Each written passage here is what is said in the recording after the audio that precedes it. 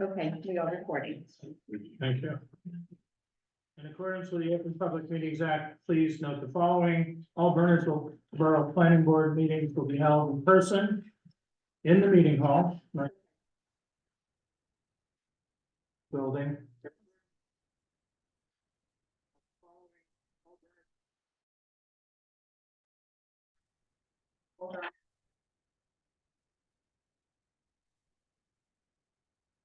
They tried again.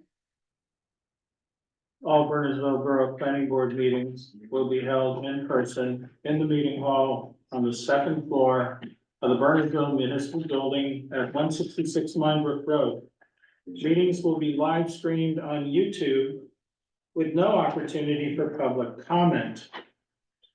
Members of the public wishing to offer comments or ask questions of witnesses will be required to attend meetings in person. YouTube live stream access for all meetings is YouTube at Bernardsville Borough /streams. Borough is BORO. This link will also be available on the agenda for each meeting, which is posted on the Borough website, which is www.bernardsvilleborough.org, and on the Borough Hall Public Bulletin Board at least 48 hours prior to meetings. Notice of these changes has also been emailed to the Bernardsville News and the Courier News by posting a copy on the Borough website and by filing a copy with the municipal clerk on January 16th, 2024. There's the intention of the board not to continue any sorry, matter you might, past 11 p.m. Yeah, can you just say that a little slower? I'll give you the sheet. Okay, sure. It is the intention of the board not to continue any matter past 11 p.m. at any regular or special meeting of the board unless a motion is passed by the members then present to extend to a later specified cutoff time. And same shall be announced at the opening of each meeting. In addition, the board does not intend to begin a new hearing after 10 p.m. nor begin testimony of a new witness after 10:30 p.m. Any hearing conducted by the board is a quasi-judicial proceeding. Any questions or comments must be limited to issues that are relevant to what the board may legally consider in reaching a decision. Decorum appropriate to a judicial hearing must be maintained at all times. It's up to share. This is it, right? This is what, okay. Roll call. You have to do the office first.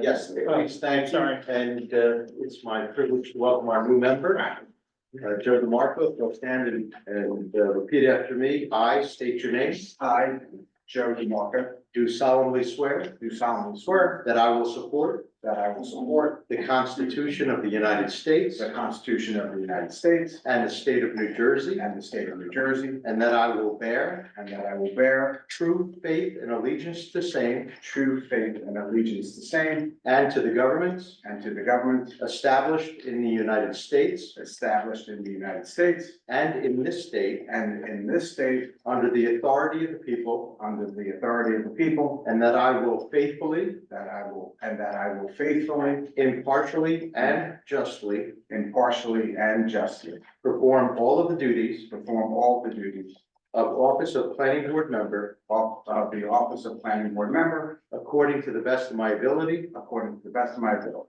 and that I will not use my office and that I will not use my office to grant preferential to treatment, grant preferential treatment, nor to seek personal gain, nor to seek personal gain, favor, or advantage favor, or advantage, not available to the general public, not available to the general public, so help me God. so help me God. Welcome aboard. Thank you, sir.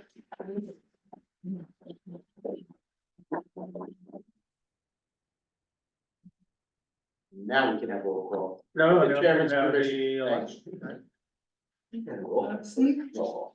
Let's roll call first. Oh, I'm sorry, we have a nomination of, actually, we can do roll call first, and then nomination. Yes. Mr. DeMarco, Present. Ms. Gardner. Here. Ms. Geller. Present. Mr. Graham. Here.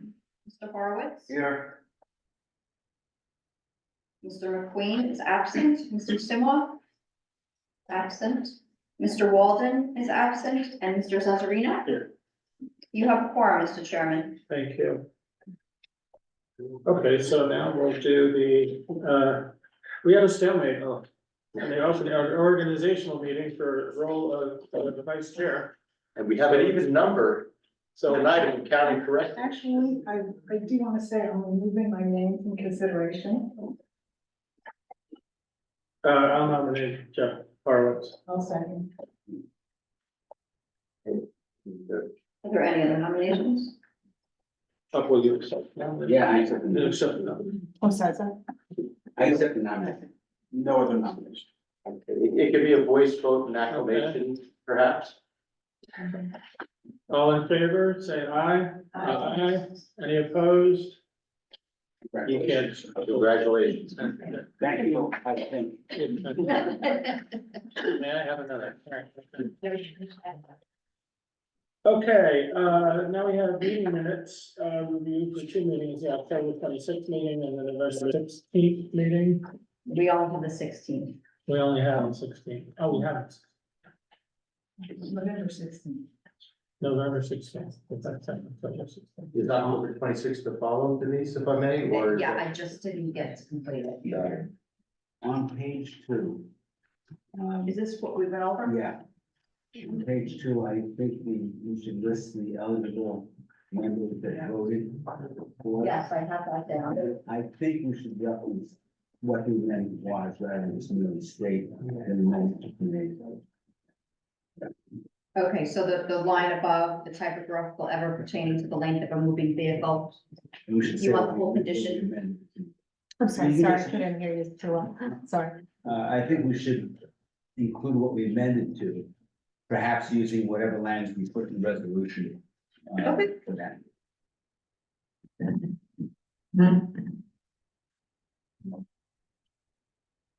Anything else? Did we find I'm anything? down the bottom of page 2 where it starts, Mr. McDonald has restarted his testimony or started his testimony. It's just kind of. Yeah, it should say restarted. And on page 3, this is just, a misspelling. It's wheelbarrow. I'm sorry, I couldn't hear you too well. Wheelbarrow. Okay. Wait, we're on Page page 3. 3, questions of Mr. McDonald from the public. It's the first question from Kathy Redling. Mr. McDonald responded that. Oh, at the bottom, okay. With wheelbarrows, and it's actually wheelbarrow. Thank you. And that's one of the things that spell check won't take. Won't. It did that. There's a definition there, but anyway, on page 7, Mr. Shelley's testimony, it's six item down, electric utility meters will be installed on the northern facade.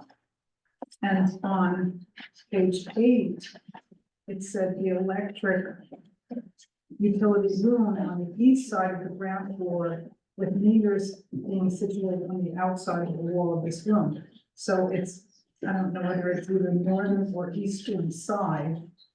Wait, so where is the Oh, second reference? I have the Second- first one. Second reference is page 8. Ms. Pumo's testimony, and it's the second one from the end of her comments, the building will. Of an electricity room on the east side of the ground floor. I'm sorry, I couldn't hear you. It's either on the east Mr. side or Chairman, maybe in the future, I apologize, but we can try to address these things before the meeting via email with any suggested revisions to the minutes, so as not to take the time with everyone else. Yeah, okay, but that's the last one, and Okay. that one, Well, that was testimony from two different, so I'll have to go and check back Yeah, from two Whatever's different, and then professionals. Yeah, and then at the end, this. The end of what? Well, we can talk about this later. We can go over this later. Okay. It's, yeah. Is the board comfortable enough, assuming those modifications made to adopt the adopt the minutes as amended? I'll move the minutes. Yeah. Second. All in favor? Aye. Any opposed? Extensions, of course, to if anyone who wasn't there. Yep, Okay, thank you. Denise, you have somebody in the waiting room, I don't know if you have to. I can't let him in. Okay, I didn't know if I'm the not even computer. sure how he got the, invitation. Okay, so we, just communications and DOT letter, That's on the empty field letter. Do we know if that construction on 202 is going to close 202? We got about 4 L's. Yeah. The one near, Pheasant Hill Road? Oh, no, that one is repair to the retaining wall and I'm sorry, sir, I couldn't hear you well, sorry. there's a culvert that goes under Route 202. And they're gonna be repairing retaining wall and some stone aprons around. Would that one affect traffic on 202? I can't tell you if they're gonna put a lane closure up or not when they do that work, but I don't think it's a closure. Okay. okay, that was the first two, and then, wetlands notice for Lindaberry. I'm sorry, can I get that? I Do you couldn't, have a copy of the agenda? yeah, but I'm actually writing as. as you guys are Unfortunately, talking. if I may, Mr. Chairman, since we don't have microphones, at least not yet for the board members, for the benefit of the public and everyone, as board members, we may wish to speak almost as loud as I do. I agree with that. Yeah, the recording is better that way as well. Yeah, it helps everything. Unfortunately, it's an effort to shout. There's a receipt of a wetlands notice for Lindaberry Avenue. There's also notice of public hearing for Highland Council Regional Master Plan amendments. Did you want to say anything in that at all? Yeah, I don't know what's in that, so I don't know if we should comment or not. Yeah, it's just a notice. And, then finally, the Somerset County Planning Board letter, Cultural and Heritage Commission draft long-range plan public hearing notice. So they're getting into long-range public hearings for Cultural and Heritage Commission. All right, Mr. Chairman, I'm just if I may, for the edification or benefit of any board members or public who might not be aware, that regional master plan amendments for the Highlands, those are related to two items, the warehouse guidelines that the Highlands put out. They're seeking to amend the Highlands Regional Master Plan to include and then enforce those warehouse provisions for those, of course, who are in conformance in the Highlands. The other is a land use capability zone map, probably less of interest or controversy perhaps to, but that's just more of a map amendment. I just wanted to share that, so that everyone knows what those hearings are about, right, because the notice didn't say. They're also in the process of amending your entire plan. So there's going to be a whole process of review and the adoption of the Highlands Master Plan. I'm sorry, but, The Highlands Master Plan, they're proceeding with amending and revising. and updating. Yeah, fairly significant steps. Thank you, Mr. Chairman. right, but we're not opted in, right? We are not. Yeah, but it's always worthwhile knowing what they're doing. All right, is there anyone here who has come to discuss something that's not on the agenda tonight? You get two, so, okay.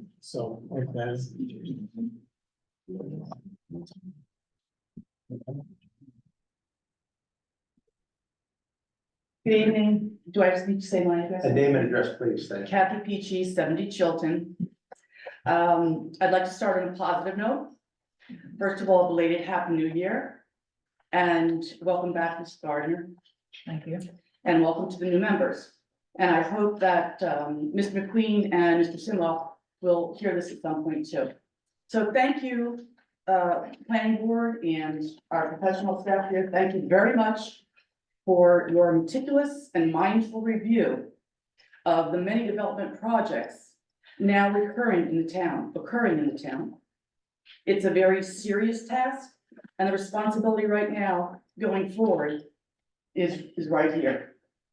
So because of your devoted efforts, I've also, as you know, I've attended many, many meetings, either here in person or in the hybrid setting.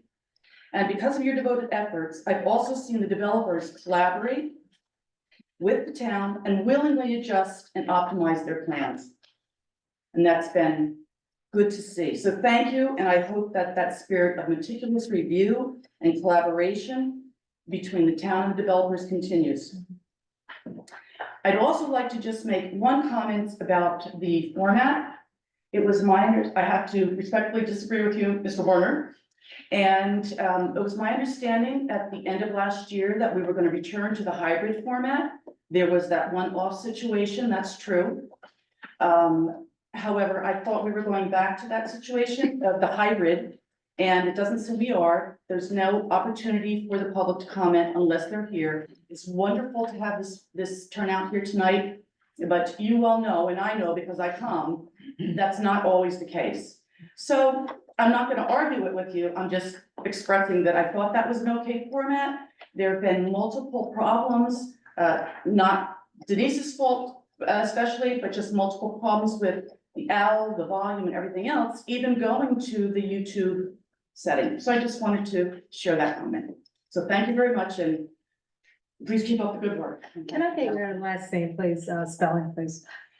Peachy, Okay. Peachey. Any others? Okay, none. All right, old business, we have no resolutions for adoption. We do expect to have two next meeting, Next week, and we're well on our way. One is already through the professionals. to the various things, okay. On new business, it's, we just have to quickly review the bills. And approve them.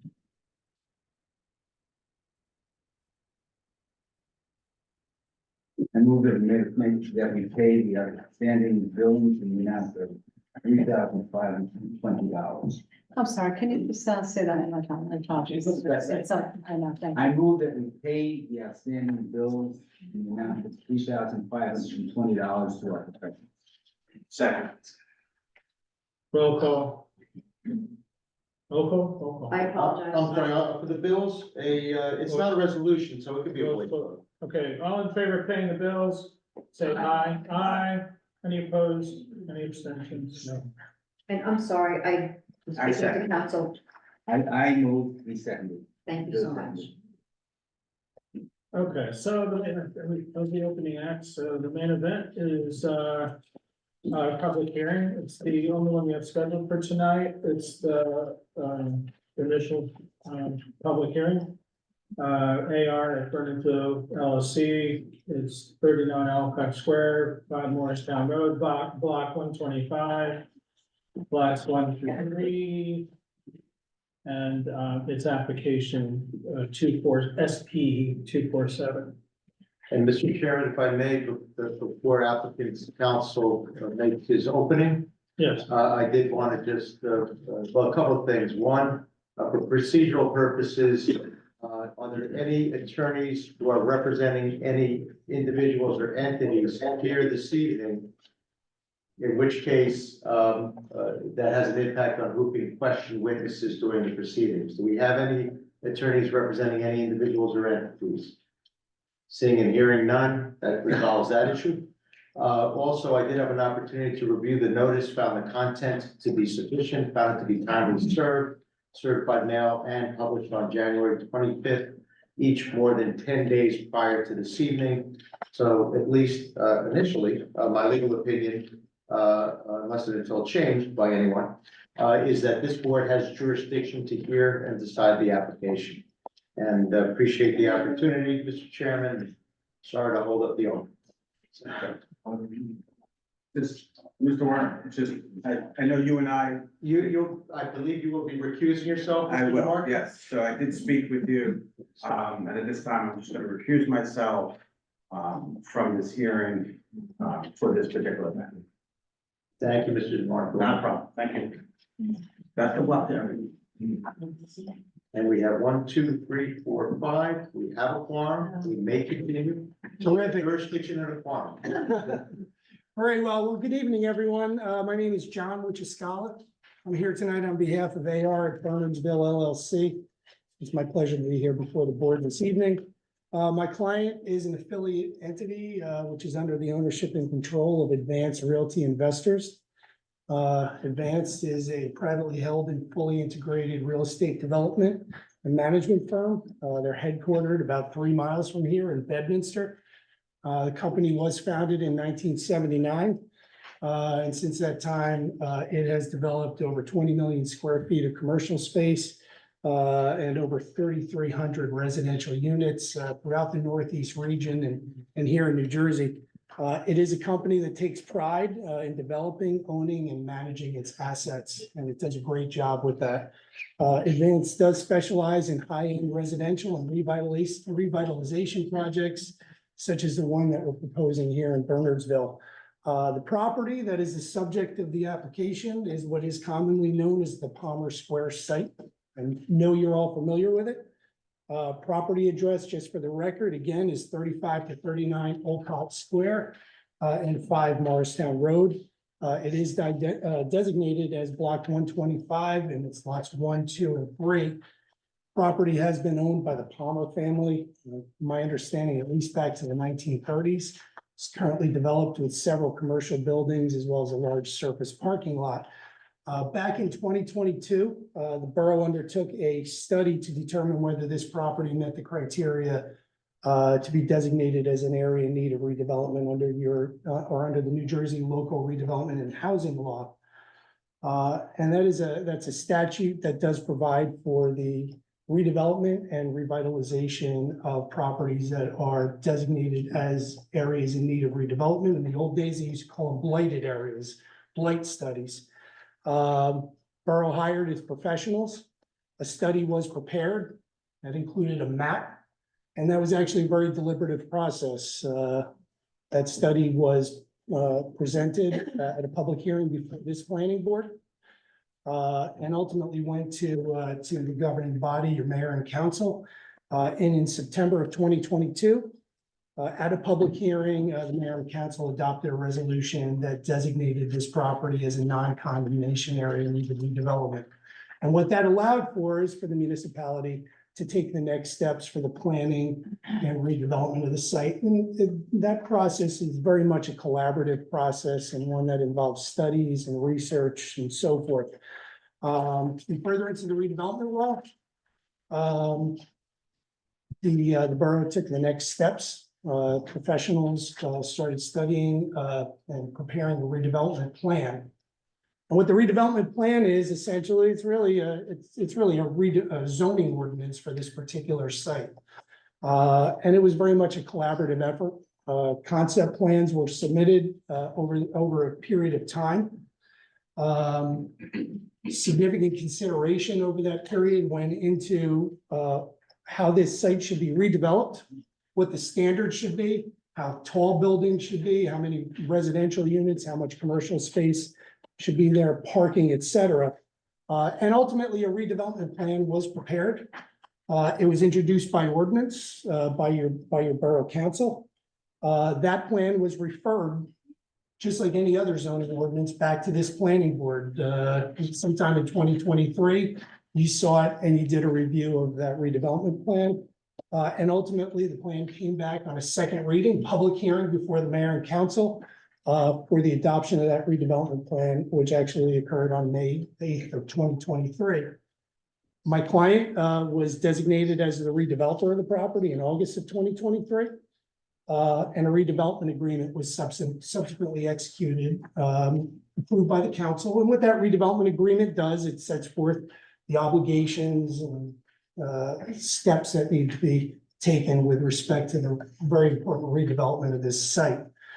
We are before you this evening seeking preliminary and final major site plan approval.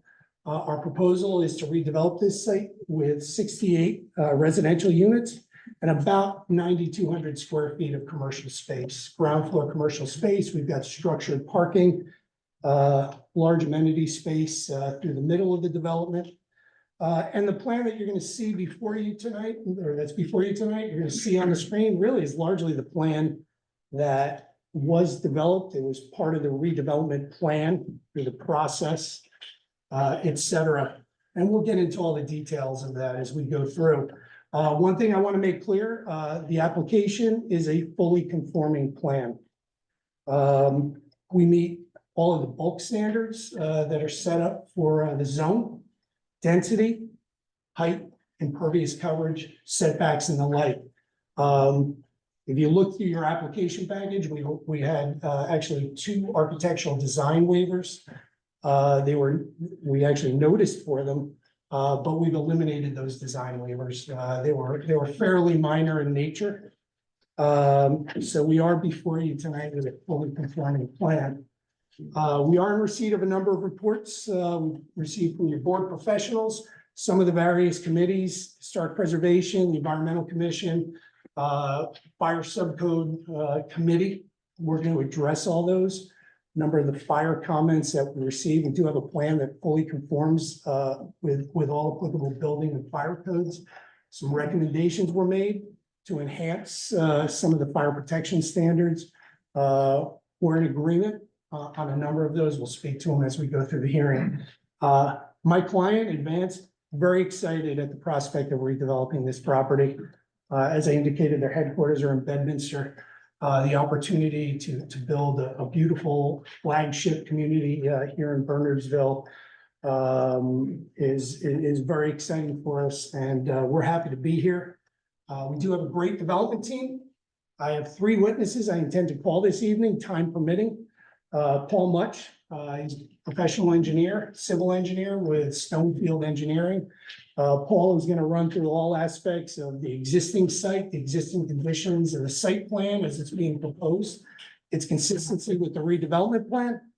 We're also and he'll also touch on operations as well, how this property will operate, how it'll be managed, all aspects of trash removal and deliveries and so forth. We're also joined by John Korak. He's also at Stonefield Engineering, also a professional engineer. He's our traffic engineer. We're a fully conforming site. We did prepare a traffic study and he'll speak to it. And we also have Kevin Smith. He's our project architect with Robert A.M. Stern Architecture. They designed the project that is before you, and he'll speak as well. Also joined by a number of members of the Advanced team, Peter Cocosiello and Rob Caradad. So some questions may come up somewhere along the hearing. And if we need to call on them, we may very well. So I don't know if the board has any questions of me at this time. If not, I'd like to move on to our first witness who I know Mr. Warner is going to want to swear in. I don't know if you want to swear all of our witnesses in at once. Happy with the chair's Just swear the first one. permission to do it either way, but I'm going to swear in our board professionals as I always do as well. So we have Can I get their names? applicant's engineer and our board professionals, our engineer, Mr. Brightly, and our planner, Mr. Zabo. If you'll all raise your right hand, please. Do all of you swear to God or affirm that the testimony you're about to give is the truth, the whole truth, and nothing but the truth? I do. Thank you all. Mr. Much, can you please provide the board with a brief summary of your educational and professional background and licenses you hold? Certainly, I'm a licensed professional engineer in the state of New Jersey. I graduated from Rowan University with a bachelor's degree in civil engineering. Been practicing in the field for roughly 11 years with specific experience on applications similar to the one you'll see this evening. And I've been accepted by more than 100 land use boards in the state of New Jersey as an expert witness. Accepted. Thank you. Accepted. Mr. Mudge, your office has been involved in the design of this project for some time, is that correct? It has. You prepared the plans that are before the board this evening, is that right? We have, yes. I'm just gonna turn the floor over to you. I know you've got some exhibits and so forth. We have submitted them as we move through. I'll ask you to identify them, anything that's not part of the actual site plan set. Identify them. We're gonna pick up with exhibit A1 to start with today's date, and then you'll just roll through. Certainly. Can you make me the ability to share in the Zoom meeting? Oh, I'm sorry. No problem. I was gonna say, could you just slow down a little bit? Certainly. Thank you. Go slow. I'll slow it down.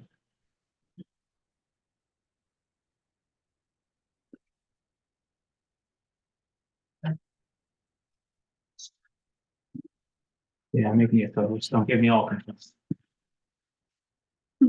I know I pushed the wrong one. Yeah, you're good now. You Yeah. click yes, then I'm good to go.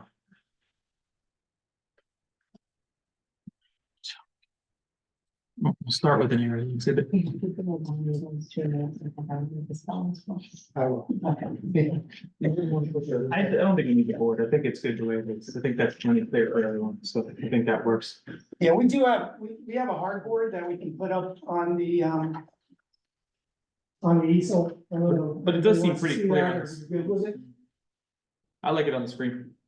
Before we proceed, these are exhibits that were, submitted to the board not more than 10 days in advance of this evening's hearing. That's correct. So we'll mark each one as an exhibit A1, A2. Just for safety, some of them may have come in order, but why don't we just mark them anyway, and that Yeah. way it's clear. Concur with the conservative approach. Thank you. No, very conservative.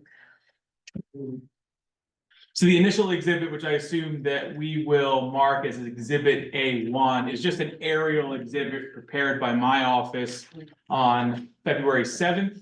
Just to give the board an idea of what the site looks like today. I don't think we need to belabor the topic. This is a pretty prominent site at the intersection. As you can see, this project and the intention here is to revitalize a site that's going underutilized and could really use some redevelopment to pull pedestrians to the site, revitalize the commercial aspect, but also provide some different amenities that we'll go through this evening. The main goal here is you see a lot of old pavement on the site. Let's get rid of that. Let's clean that up and provide a modern and revitalized site, which is what we're trying to do this evening.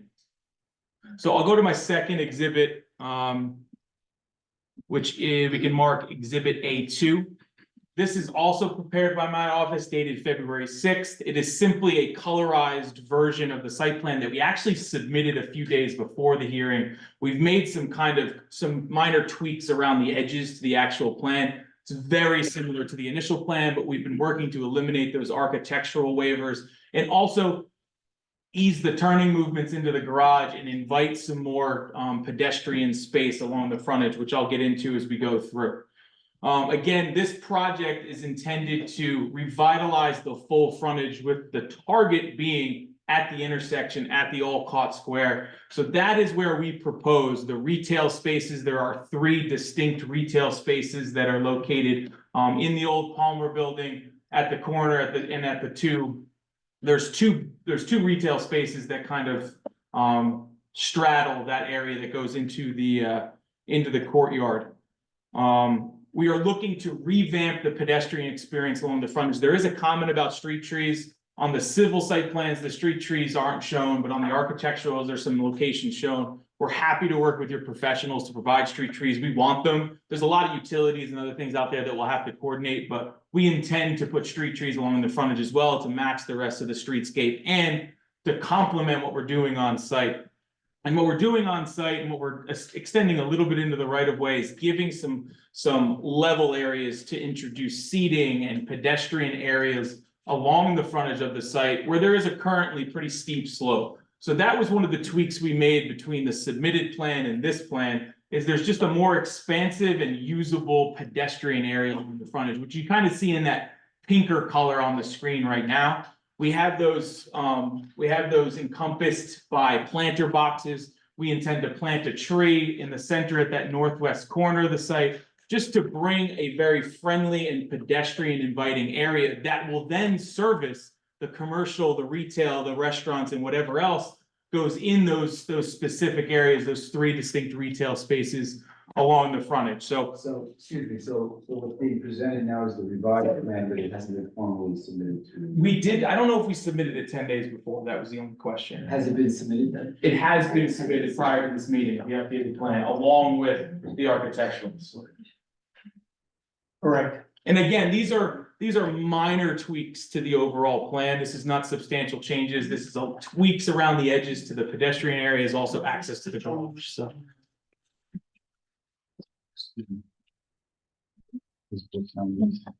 Paul, when you're referring to the plan, I think you have a mouse there, so you're gonna point out to any areas or describe any areas. Yeah, certainly. I could It's be doing that helpful as well, for the yeah. board and the public. So again, these areas out in front of the building that are surrounded by some planters, as well as we'll introduce some trees to those areas. Again, meant to invite pedestrians. There's still the walking area, the fully conforming walking area along the front, all revamped, new curb, new sidewalk, all of the standards.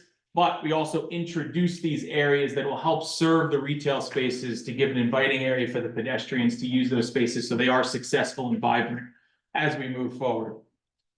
That in addition to the items that we're providing around the outside for the public good and in the right of way, we're also providing an internal courtyard for our residents as well to enjoy. There are passive and active seating areas, dining nodes, bollard lighting, and things of the like that can be enjoyed by the residents as well. So we're looking to get rid of the parking area and replace it with something that's really positive for this building, to serve this building, in addition to the improvements that we're going to be making at the right of ways. Structured parking is provided below what you're seeing on the screen here.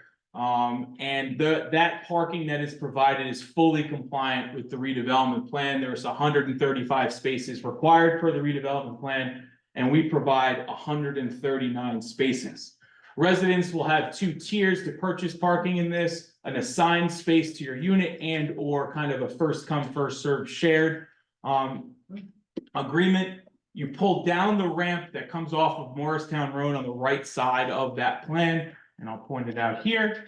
You enter the garage underneath the building. There'll be a gate there where there'll be the ability to either have a key fob as a resident, or there'll be a pay by hour type of thing for some of the commercial parking that's underneath that structure as well. Again, it's a commingled and shared parking situation that has been very successful in many of the properties that Advance has worked on and is currently managing, and we expect it to be successful here as well. And again, we're actually +5 on the redevelopment plan and the parking agreement that is in that redevelopment plan.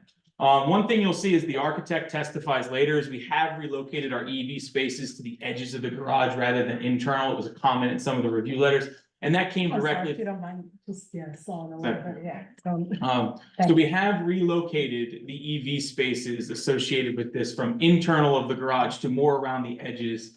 And that is the result of a meeting that we had with some of the fire officials in the area. And we introduced those spaces along the edge per the recommendations for fire safety. So we've moved those around. We're going to comply with state law as part of this application.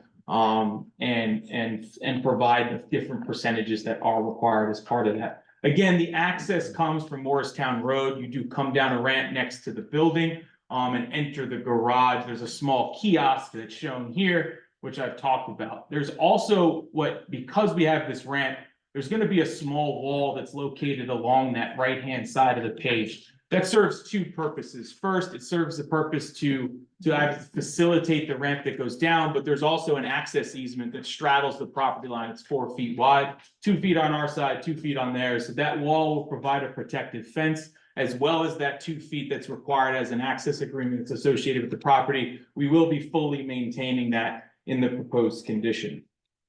The courtyard is a great feature of this application as well. It kind of acts in a way as a green roof because it is above the parking area, but it introduces these different plantings and again, offers that active and passive seating, dining nodes, shade areas, and the full landscaping plan that you see there are native hardy plants that will be fully irrigated so they are successful for the long term.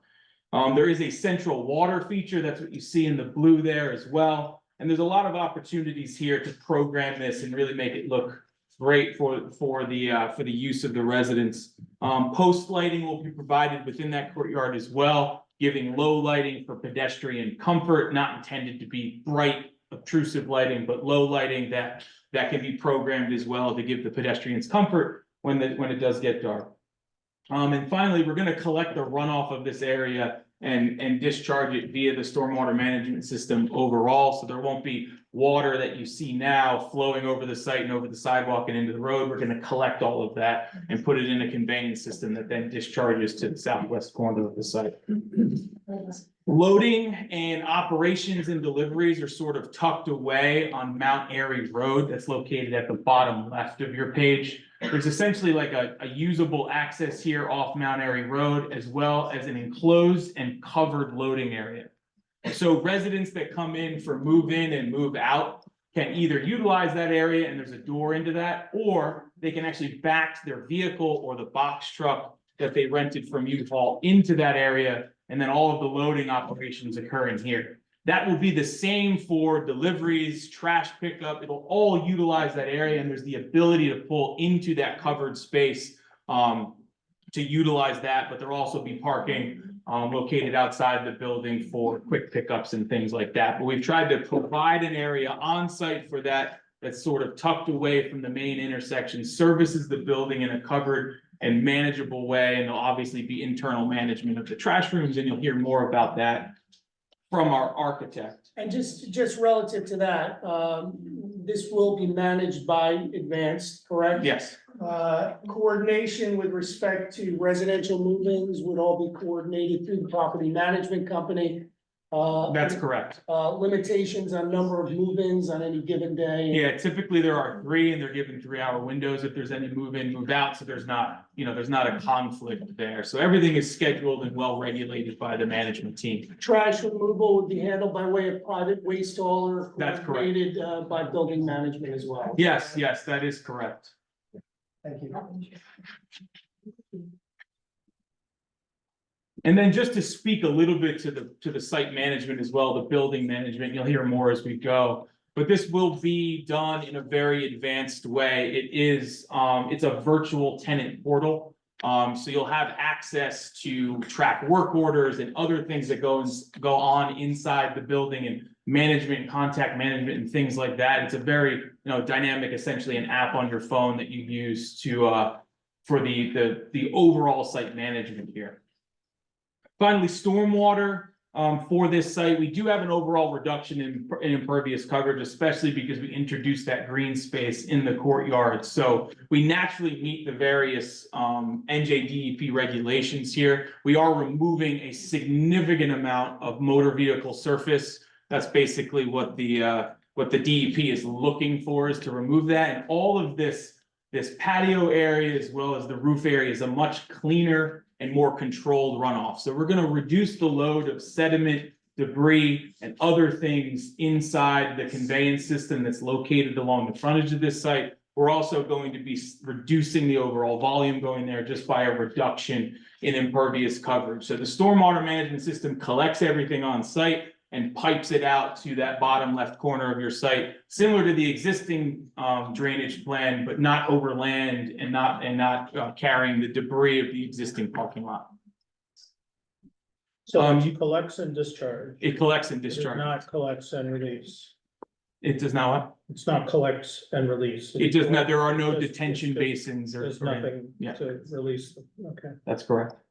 Finally, utilities are publicly available along the frontages. We show those connections on our plans today, and we'll be coordinating closely with the various utility authorities that are in charge of each one of those services to ensure that those lines are installed to their purview. And then, John, what I'll do is I'll turn it over to anything I missed on the operational side, and we can open it to questions. I think you've covered it for right now, Paul. Thank you. You have had a chance to review the review report by the board engineer, correct? We have, yes. Do you care to address those items? I believe in large part, we had a lot of will complies. Yeah, there was. Speak to I that. just for the chairman, just for the record, you're referring to the January 26, 2024 report of Boswell Engineering, Mr. Brennan. That is correct, Mr. Warner. Thank you. Yeah, and I think in all of the review letters, other than the items that were specific testimony was requested, which I'll put on if there's anything that your professionals think I've missed. We don't object to any of the comments, and we intend to work with your professionals and comply with those comments. So will comply to everything, they'll testify to whatever is necessary Yes, anything that needs clarification. vis-a-vis Mr. Bright, either board members, the public, or anyone else, One, correct? one thing I would like to confirm, Mr. Mudge, it's actually item 10 on page 4. There is a question regarding a formal easement. There is no formal easement, is that correct? Yeah, that's correct. And all the title research as well as the Alta and just research in general on the property. There's no formal easement between the Masonic Lodge, which is located to the east of the side and this side as far as access. So as we develop this project, we're not in breach of anything historically on the site. Nevertheless, in the event one is determined to exist or found, you'll abide by. We'll abide by the terms of anything. I think there is actually something covering the alley there. Yes. Yeah, you have a 4-foot alley, Mhm. which you addressed with the 2-foot separation distance. Yes, that will be maintained. There's no access agreement for the two parking lots are not connected. This is, we're talking about lot 4 in the rear of the Sonic Lodge building. Yes, that's correct. Do they have any other access to that parking area?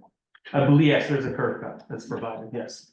So is there, you have a retaining wall, so there'll be a significant difference in grade. I'm sorry, can I couldn't hear you too also. Yeah, I can. Follow up, I think, on the attorney's comment. There's gonna be a difference in grade between the proposed elevations and where that driveway is now. There will be, yes. And we've actually, that's part of the tweaks that we made to the plan. We've shortened that ramp and brought up the elevation of that garage a little bit since the original submission. Again, to limit the size of that wall, also make it a little bit easier for stormwater management and just maintenance of that driveway in general. So we are looking to do that. And then again, there'll be a fence and anything else that's required along that wall to ensure that it's safe and maintains that access area to your If point. there was an access to lot 4, that's gonna be cut off by the retaining wall, guide rail and security. That's correct. The proposed elevations at that southeast corner of your plan, that where the connection currently is, there won't be an interconnection there anymore just because of the wall and the different developments that we're doing. And Paul, I'm sorry, one operational issue I do want you to speak to Yeah. is actually the parking access to the parking structure, both for the commercial and the residential. I think you spoke to it, but I just want to clarify. We've got a shared arrangement. It's actually part of the redevelopment plan, Yes. correct? So public parking will have access, and it's just, we're not gonna actually have segregated parking for commercial and residential. It's essentially a first come, first serve. It's the intention at this time, is that correct? Yes, and there was, in the overall parking total, there was 102 parking spaces required for the residential. And 32 parking spaces required for the commercial portion per the redevelopment plan. We've provided all of that in kind of a commingled parking garage, and we actually have +5 spaces on top, just what we're able to do with the parking. We're gonna come back to this in the future. I appreciate that you've taken that approach. I believe we can come up with a better approach that will in fact allow segregation of retail from tenant. So we'll come back to it. I also, and Bob, I'll look to you. I think there are a lot of items here that there are a lot as always that they can comply with, but there were some items. Are you comfortable with that? It sounds like, I want to give you a shot. They're saying we're gonna. No, we're happy to have, I'm not sure where to start, but. Well, we're number one. Yeah, listen, we can go through point by point. A number of them are architectural comments, obviously, Mr. Bradley, so we'll get to them. Yeah. Correct. Are there any that they're difficult? Typically, they're even amenable and you adjust something, or you put something on a plan. Is there anything that you feel in your report that you want them to explicitly? First on stormwater, they will have to demonstrate compliance. Okay. Just by a reduction in impervious surface, it's a good start. They are connecting out onto the existing drainage system on Morristown Road. I'm not sure how much goes there now and what's going to, what they're adding to that area, but I think stormwater can be addressed. I guess the two big issues are the access to the parking garage. I thought that was a little tight, the way that the parking wall of buildings up against the driveway. And the loading area, I think we need some exhibits to demonstrate how that's gonna work. Yeah, and we can certainly provide truck turning exhibits that show that. I think there'll be a lot of questions about the loading area, which we'll cover. Okay. Bob, there were a couple of things, and one was the turning radius, Okay. was something we typically want to see, and that's not something that, you can just comply by dealing with the engineer on. I have And there was also a comment about frontage. I'm not exactly sure. You said that the frontage is not compliant with that. I'm sorry, can you, you said that The frontage of 8,000 feet was apparently not compliant, and you referred to say the Once point. they said that they complied with that, and I deferred to the board planner on how to analyze that. That's something that's a conversation we'll have with the architect. I'm sorry, I couldn't, I'm sorry. I didn't hear you, so I could hear without the microphone. That'll be a conversation with the architect. And we have to go through the plan and compliance with these standards, including science. And, I think the answer is yes, but Bob, are you okay with the, and it may have been revised, is, with the, pitch of the driveway, the landings or elevations or any of that or is that still a work in progress? Still a work in progress, because I haven't seen any plans that address these comments. Oh, right, you wanted the cross sections. There were, I pointed out what I thought were some access issues with the grading plan. Right. The arched walkway in, you didn't seem to get the elevation, get into the building entrances. It didn't look like they were really compliant, so if it's architectural, engineering. There's quite a few comments on the grading. But in your mind, in your report, you hear that the driveway design is achievable. Well, just like the turning templates that I put on there look like that kiosk would be in the way. Now, they did mention that they opened it up, but we haven't Right. seen that. We'll see that, okay. So And one I can question is share- there a door that's on that entryway? If there's a kiosk, but is there also, are there doors? No, Oh, you're talking about like roll down doors? yeah, like all that. Not, it's not at this, no. No, it just wasn't evident because it wasn't there. Yeah. It's okay, that's good. And also, just to speak to this truck circulation, I do have truck circulation plans, if you'd like to look at them here, I can mark it as exhibit A3, Yeah, why just don't an you do example. that, Paul? Yeah. 'Cause it's come up. So we'll mark these exhibit A3, they are truck circulation exhibits, 2 sheets, one shows the loading area, which obviously our architect will detail the operations of that room next to there, but what this truck turning template shows is an SU30 box truck, so a little bit larger than your largest U-Haul truck. It shows it pulling forward into this area and then backing into this covered loading area, this enclosed loading area here. So that's the intention for the largest truck that we see here. Obviously, there'll be other smaller vehicles that'll be able to maneuver a little bit more easily in this area, but it does accommodate your largest moving vehicle that we'll see.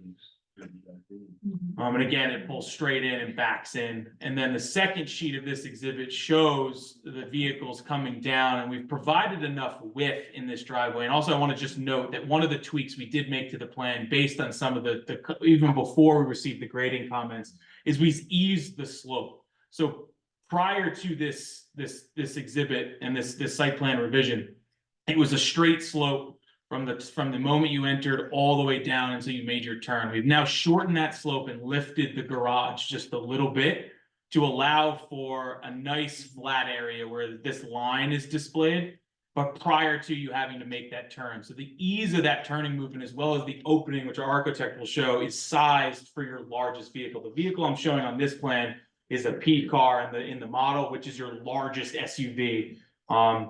And we feel that this plan and this access plan does work as part of this, and we've looked to even ease that further because we saw the same concerns that your engineer and we're displaying tonight. It was a little bit too sloped, so we've looked to address that. So those are the 2 exhibits I have for that. We're happy to submit that to to your board professionals and have that dialogue as well on that access. Yeah, just mark on my desk, whatever. Yeah, this is eighth grade. We got an eighth grade.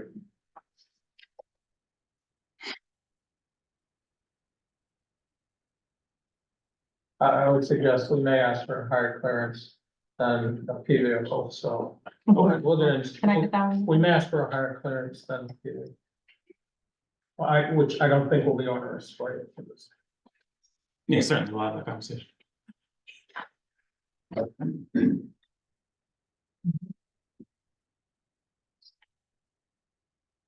Did you want to continue with this on operations or what? Well, I think we've addressed the engineer's letter. I don't know if there are any other comments or concerns. We can go through each one of them, Mr. Brightly, unless you're comfortable. I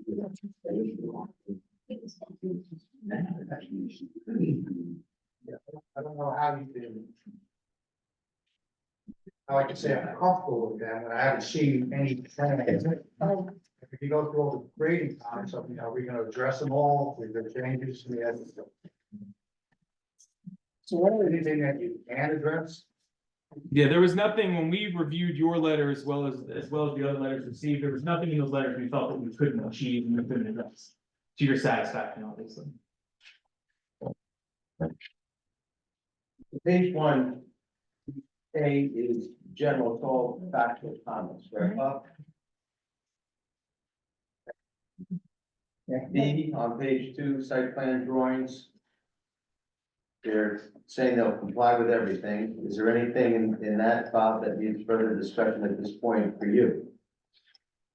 No, I would point out that there's not a lot of engineering on this site because the building takes up, a vast portion. So we have the driveway in, we have the loading area. So glancing at the exhibit from here, I'm not gonna be able to comment on that. And the grading issues and. So. I have a quick one. Yeah, go ahead, John. At 5A, and just one of the points of many that I'll have.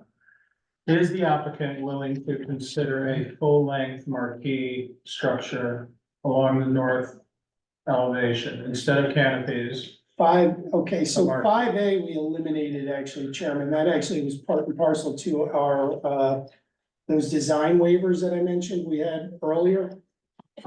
No, regardless of whether it's compliant or not, is the applicant willing to consider a marquee instead of distinct canopies I think it's certainly. on the site?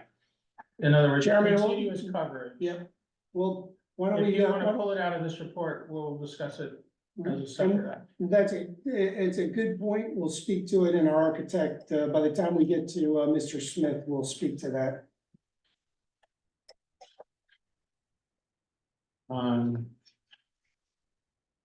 Sorry, go ahead, Bob. I mean, maybe a breath to look. Well, why don't we just pick up in section 3, Paul? B1 will comply, sheet C1, that's, just that's made on there, correct? Yes, So we'll comply there. Item 2, but both item 2 and 3 relate to the truck turning exhibits that we've just discussed. 4 will be architectural testimony. 5 relating to the electrical vehicles, we are comfortable complying with that to the satisfaction of your engineer. Same thing for 6 and 7. There's multiple comments on electrical vehicle. We intend to fully comply with the state law and the comments of your engineer. Shared parking arrangement, I think the chairman had said that we're gonna get into that as we go through the application this evening in further detail, especially as we get to the architectural, we'll show you the structure of that parking. 9, the setback distance of that access driveway along the east of your property line. I think we've talked about that and we're gonna talk about it more as we go through as far as these templates go. 10. That's the opening the curb line that we covered as far as the access to the neighboring lot. 11, 12, 13. All of those are related to the frontage. We're happy to comply with those. 14 through 16 as well. We intend to comply and we feel comfortable with being able to do so. The courtyard. How do you comply with 16? So 16 was the one I was just gonna comment on. So what we are proposing currently in that courtyard is not commercial lighting or any downlighting like that. It's all sort of architecturally themed bollard and wall-mounted lights, low lighting that's meant for pedestrian comfort and not really for, an illumination or heavy use by like a commercial use. So we can prepare an exhibit and we can prepare a lighting plan that shows that. But it's all very low light levels for pedestrian comfort rather than like a commercial activity. But to the comfort of the board and your engineer, we can prepare a lighting plan. Yeah, that comment was basically, the plan was saying, we're gonna prepare this when we go for a building permit. And we thought that should be on the plan, the board should have it. Yeah, and we can certainly provide that, without issue. And is it fair, if I may, is it fair to assume that the, foot candle requirements would be abided by in that lighting plan? Yes, Foot candle requirements set forth in the redevelopment plan. yes. Thank you. 17. Distance. What does that mean? Distance.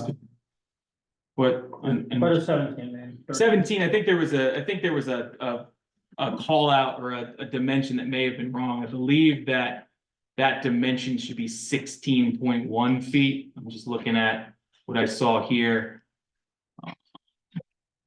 But we intend to, we comply with the redevelopment plan, but one of our called out values of the distance between the buildings was a typo as far as that 32.5 feet. And the 16.1 would be compliant? Yes, I believe everything is compliant. I have to. What is the separation of the, so that we know what's the 16.1, how it complies? Yeah, let me take a look here. Off the top of my head, I don't remember what that requirement was, if anybody wants to help out.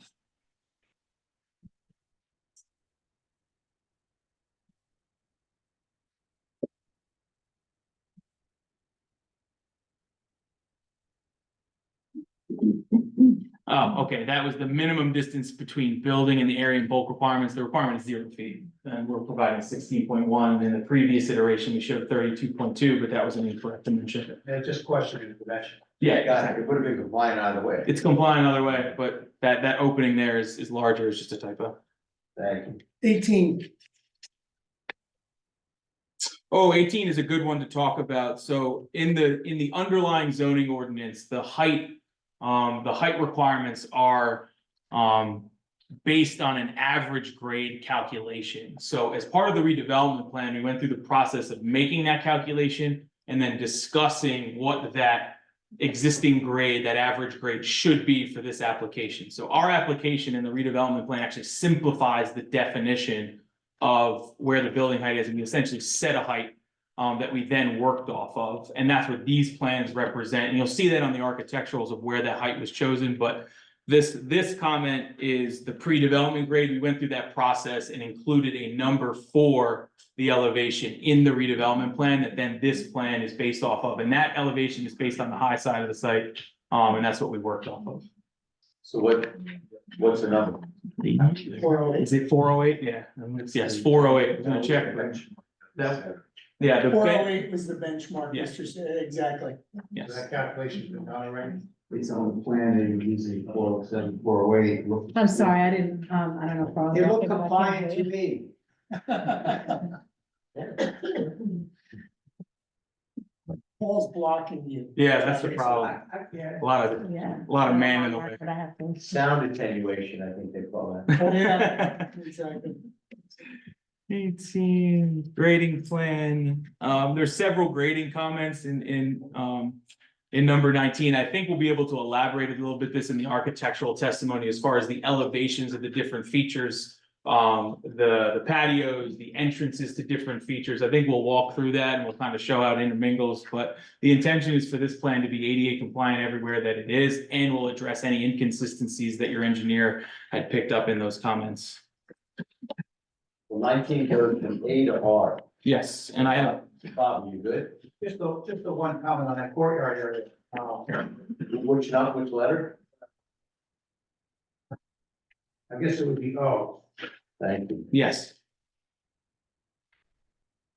So we'll provide some clarification on the grading plan. The intention is to have positive pitch within that courtyard and then small drains that collect the runoff associated with it, mainly in that main trunk that comes out. And we'll interconnect that with the stormwater management system. But we're gonna collect all of that runoff in there and we can detail that better. So I read the plan correctly, it's kind of surrounded by either retaining walls or the building. Yes, that's correct. The courtyard, that walking surface you see with the two circles in it, that's essentially lower than the surrounding grade. There's essentially like a 3-foot wall where we put some plantings and some planters and things like that to give some of that passive seating that we're talking about. You also notice, and I'll zoom in here, there's some dining areas that are provided, and those are also encircled by essentially 3-foot stone walls or something of the like. So it gives kind of an architectural feature as you go around. There's essentially a grade change as you go into some of these areas. It gives that, like we're trying to get for that passive seating and give it some character. So that's what we're doing there. So all of that drainage that's associated in there, as well as in the landscaping area, we're going to collect that, put it in the stormwater management system.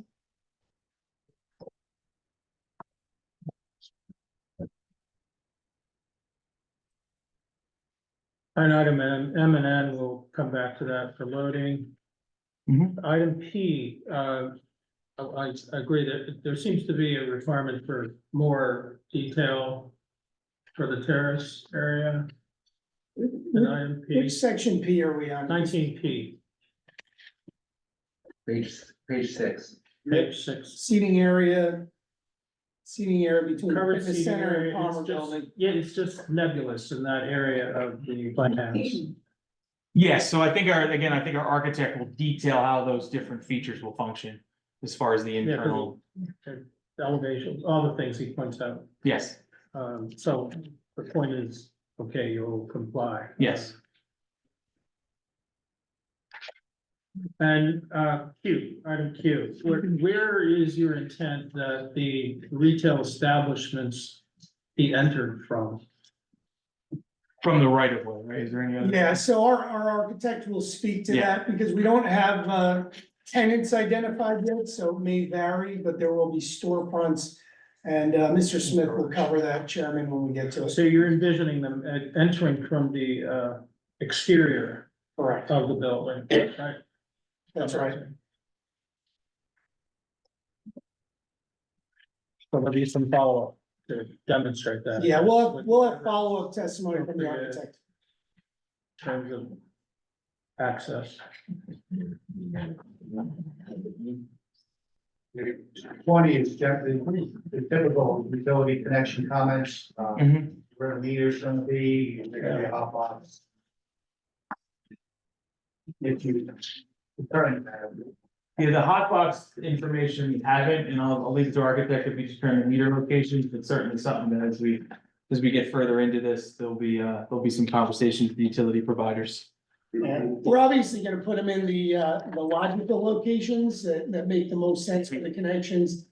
Although it's not uncommon, whether it's PSCNG or JCP&L, sometimes they will tell us this is where these meters have to go, Mr. Brightly.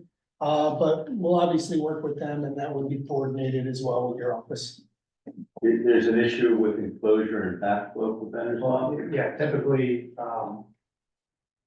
you should determine, if you're gonna have a internal backflow preventer, which we recommend, because I don't see a place for a hot box anywhere in front of you. Yeah, the architect has to make room for that. We'll talk about it. You had a discussion, this is 20B, you had a discussion with fire officials. Did you cover in those discussions overhead lines, any concerns they may have had? Yeah, I attended that meeting with the fire officials. I don't remember the overhead wires being an issue or coming up, but we can certainly coordinate that with them. Obviously, we're gonna work with them Okay, directly. so that would be how you would address that? Yes. Okay.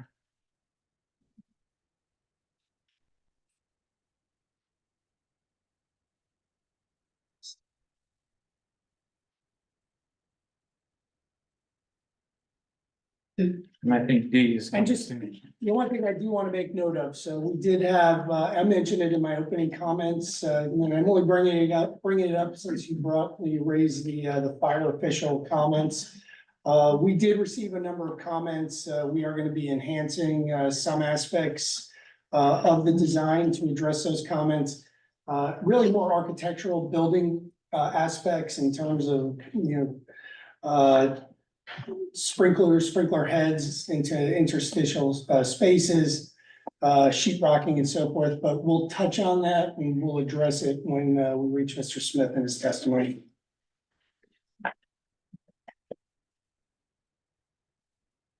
And Bob, you want, in D, I know it's architectural drawing, D2, you want more detail on the stairs too.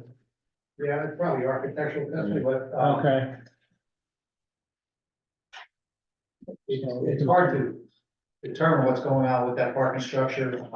Yeah. From this, our architectural plan has more detail than the civil.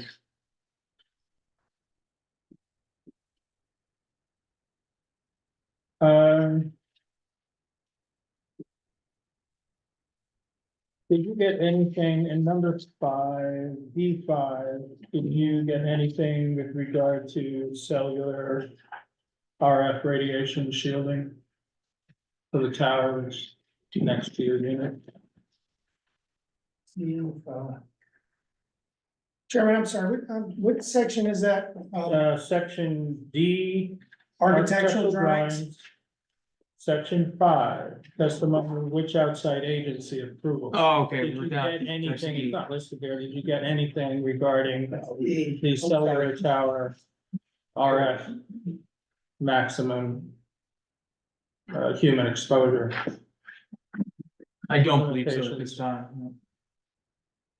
Okay, Mr. Chairman, is that with respect to a facility on the Masonic line? the Masonic towers are Oh, loaded okay. up there, and so there was no problem as long as it was what it was, commercial and stuff, but now that you're Right. putting people near it, I would suggest that, I mean, it's gonna be touchy and so forth, but I would suggest that it's gonna have to be shielded. Because the RF radiation is too intense and too close to some of your units on your top floors. All right, we'll take a look at it. Yeah, Chairman. it's a shock, it's sudden, so I understand that, I'm just saying. Something to think about, it's a safety item, we have a number of issues that are safety items and other optimizations.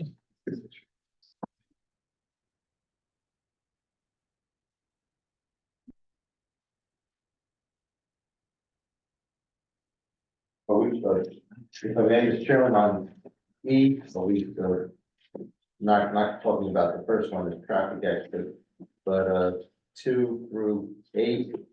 Are we stipulating, again, just reconfirming, we're stipulating to fully comply with all the above? Yes, and there's gonna be additional architectural testimony that will clarify some of the loading operations and things like that, as far as how that room's used. But 5, all the outside agency approvals, 6, the lot merger, 7, the as-built, the developer's agreement and associated requirements. Correct, 5 through 8. all in agreement, Mr. Warner. Just one comment on that, too, though. E1, I did point out, there was a traffic report submitted, I'm not a traffic engineer, I did not review that. It's not something they can comply with. No, absolutely, I knew they had a traffic, I said other than E1. Thank you. Yeah, so if I wasn't clear, my apology, and I know you have a traffic expert, but I Right. don't know if, if the board is of mindset to have a review by a traffic engineer, through Boswell Engineering or otherwise, but with respect to that. So, obviously, it's whatever the board's pleasure is. We do have a project here that has been zoned for this. So, we are compliant with the number of units. We're compliant with the floor area. Relative to commercial, we're compliant with the parking. When the ordinance is adopted, you assume you're gonna have this level of traffic that's associated with it. We will speak to it. Again, I'll defer to the board. I think it's always We're the gonna get board's into pleasure. traffic. if there's Any other one traffic aspect. engineer? We have the traffic engineer. Why don't we have him We'll speak? go and through we it. We'll go There's through it. one aspect to this, though. The redevelopment plan requires a submittal of a traffic report, which you comply. I'm sorry, do you mind, Yeah, sorry yeah. for me to hear. There's another aspect to this. It's not just that, I'm well aware of the Dunkin' Donuts, and, you know, the traffic and everything that's associated with it, permitted use is something that you kind of work with, but the redevelopment plan specifically asks for a traffic report, they've submitted it, but one of the purposes of that was not just to get a handle on the levels of traffic, but to identify potential improvements to intersections surrounding that maybe the responsibility of this development. And it speaks to that in the development report. So I would expect that the traffic engineer will address that, but sometimes you want your own eyes on it to see whether or not we properly identified what might be needed there. And it's a board decision. I understand what Mr. Viscal is saying. I'm just pointing out that there was more, it was just not just measuring the level of service. It was what do we need to do with the intersections, if anything, with traffic timing, the lights and things of that nature that we need to adjust as a result of this development. I'm sorry, I just have to plug this in. Wait, you need a moment? I have to plug that in, but yeah, Oh. Yeah. Okay, okay. we can just take a moment.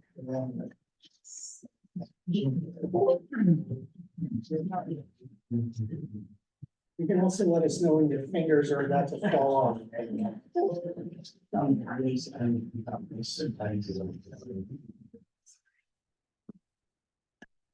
Oh, there's an outlet behind you. There's something, thanks.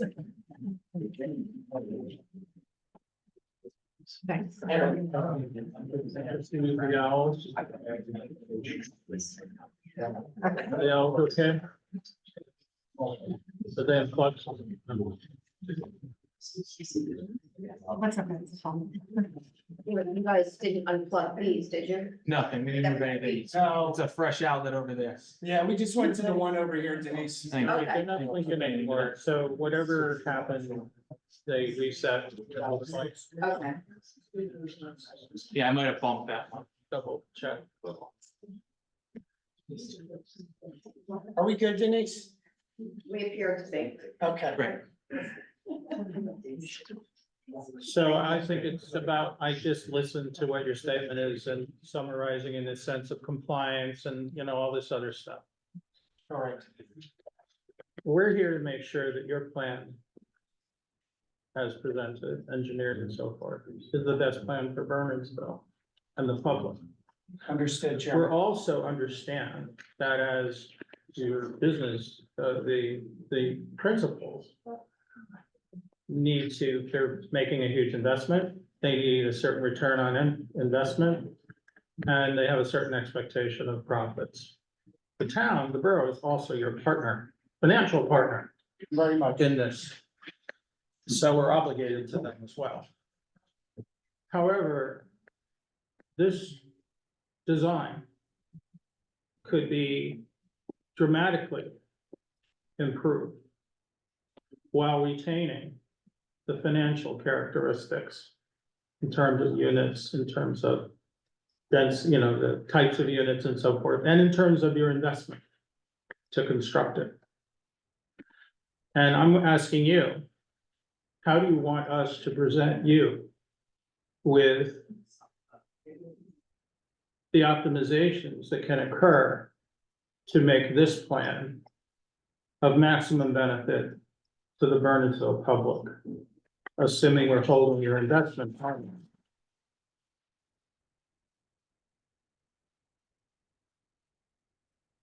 Chairman, I'm constrained to advise the public with your permission, please, withhold cheers, boos, anything. This is a quasi judicial proceeding. The applicant is presenting evidence to the board will decide the application. There are criteria and standards that the board is well aware of to do so with the help of their professionals. Please, if we can maintain the forum as if it were a court of law. Thank you. Well, Chairman, this is what I can say. So we've got an application before you. We've got a design. It's really largely the same design that we've had since the inception relative to the redevelopment plan. We will certainly take comments as we go. We always hear your comments. We take them back, et cetera. You've heard from my engineer so far. I saw the traffic engineer. I still have an architect. We haven't even put up the architectural plans yet. So I would ask that we be permitted to proceed in that fashion. This is a project that has been, years in the making. We're here tonight, and I do appreciate it. I know the public is here and everybody is interested. We're interested in hearing comments, and we'll respond to them accordingly. But I think that's my response. Mr. Much is here. If there are more engineering questions, we can, we'll answer them. Lots of engineering suggestions. Right. Yes, and the architect, I'm glad the architect is here because Right, they will have architectural implications. yep, understood. It's good So, that they're there. The Yep. traffic engineer, it's premature. In terms of the optimizations potentially will significantly affect traffic in a good way, but significantly. right, okay, but we are gonna have our traffic engineer testify though. Not tonight. And why You is were it? warned, right? No. No, I'm not, Weren't you warned? I'm not, We did warn the applicant, right? Well, there were discussions that we didn't necessarily anticipate concluding tonight. And my understanding is the applicant wished to proceed with all, Yeah, to you were bring welcome all their witnesses For sure. and proceed as quickly as they could. Right. Or, as Right. efficiently as they could. And we will not be hearing your traffic engineer tonight because our traffic engineer is not present at the moment. so you have hired, No, we you have. have retained a traffic I engineer? think, Mr. Chairman, I think, if I may, Mr. Chairman, Yeah. and correct me if I'm wrong, I believe the chairman was referring to a board member who Right. might have a particular expertise like many board members have, Oh, I know. personal Well, knowledge and He's expertise. a professional engineer. I know Mr. Simoff, yes, I worked with him in the past. And I yeah. didn't foresee that and you couldn't Right. either, but, No, I didn't know, although, and he'll have to review the whatever. The point is, and I do want you to confer with your client. There's a substantial list of optimizations relevant to engineering, relevant to the design, with implications for architecture. One of which you've seen in the HPAC letter. right, And I want to know if, as long as we maintain return on investment for this project, are they willing to entertain I'm not, optimizations? And well, I don't, Chairman, I don't know what the optimizations are, so we're I just said- presenting it, how do you so. want us to proceed? There's a long list of, Well, who- Mr. Chairman, if I may, Yeah. if I understand correctly, first of all, and the applicant can speak to this, there's a redevelopment plan. The applicant is representing that they are, for lack of a better phrase, substantially in compliance with the plan. Yeah. That governs and Mr. Zabel as the planner could certainly weigh in as well. I'm not one, but I'm just an attorney. But they are complying, or substantially complying with the plan. Now, if I understand the chairman correctly, there may be considerations and requests from the board with respect to various aspects of the plan. If I understand Mr. Waxala, on behalf of his clients, he's saying he will listen to those, they will take those into consideration, and they will respond. We don't know what. No, we don't know what- If I may, Mr. Chairman, what the requests and concerns and considerations may be from the board and others, and we don't know yet what the responses will be. But there is there are parameters, always for the board, and Mr. Waxala can let us know if he, on behalf of the applicant, if at any point he thinks the board might be exceeding the authority and the jurisdiction of the board, given that the zoning has already been set forth in the redevelopment plan. That said, the board certainly can ask for reasonable accommodations, and certainly the applicant has the right to stipulate to those reasonable considerations. Correct. Thank you. do you want to tell them? are you're okay with us? Are you okay with us communicating to you the optimizations that you, for your consideration? So you can communicate them to me now, Or- or with another witness. I'm not sure how you intend, I'm not trying to be difficult there. No, I Is don't, there a? not an easy question. No, and listen, this has been a collaborative effort. That's the way the redevelopment law works. And we certainly view this as a partnership. We've got a design. I'm happy to hear those comments, however, whatever they may be. We'll consider them. We'll look at them. Just don't know what they are. Yeah, you can't, you don't know yet. Right, I understand. All right, and if they're nodding, yeah, as long as, the key is, there are a couple of goals, like I said, there's what the Bernardsville public may want. There's what the council wants. There's what your investors want, the partners, and it's a delicate balance to try to adjust a proposal that's compliant. To create a win-win-win situation. There will, as with any change request, if you embrace the change, there will be adjustments to various documents and plans and so forth. Well, Mr. Chairman, while we have the engineer here and you have ideas as to the optimization you're referring to, why don't those be presented from the engineering point of view based on the testimony with questions and expectations so that we can have a dialogue? And if all we get to is engineering, fine, so the applicant and their engineer has the benefit of your thoughts and the board's thoughts on what optimization we're talking about. Sure. Because we're beyond the point of a concept plan. We have a filed application, we have a redevelopment agreement, we have a designated redeveloper. This is a little different than your basic zoning. Because this is a negotiated and collaborative process between the governing body, redeveloper and the board. So while we have the engineer here, why don't we have that dialogue and treat it like Q&A and why can't we do this and is this possible? Let's get that out on the table. And however long it takes, it takes. And I like the word you used, it's a concept document. Well, it's not a concept. Well, no, It's not, this is an engineered. Legally, it's not. So All right, then it's. So we need to do this in the context of a public hearing. Yes. And again, to reiterate what Mr. Zabo said earlier, the zoning has been established. And the board can make requests, but the board can't necessarily ignore the zoning that's been established. And there are parameters under the law. But certainly I suspect the applicant is true to their word and they want to do as best they can for the borough. So perhaps they'll be amenable to at least some, if not more than some of these optimization requests.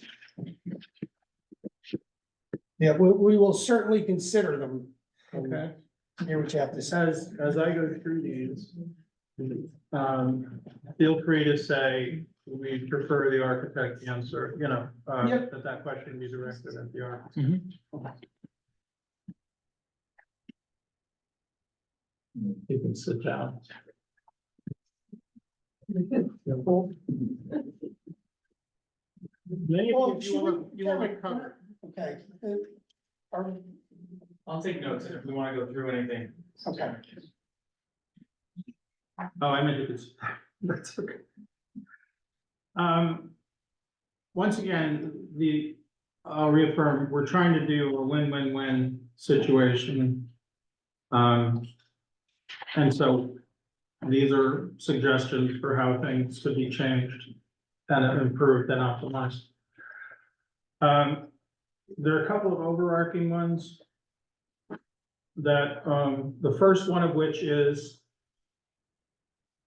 if all the financials of the application can be maintained, are you willing to consider a 15-foot additional setback of the Morristown frontage. If all the other aspects of the project can be maintained. We'll take it You can take that. under advisement, Chairman. That's not part of the redevelopment plan and the design. That was just in terms of the overall layout, but Nothing is going to be, yeah. okay? Yeah. I understand what you said. It's not a question of what you said. There's a concern that there's, for instance, not enough public space. Once people see it on a concept drawing, their perception is that is not what the vision is. And the vision, there is an opportunity for you to support a 15-foot setback of the above ground structures for the most part.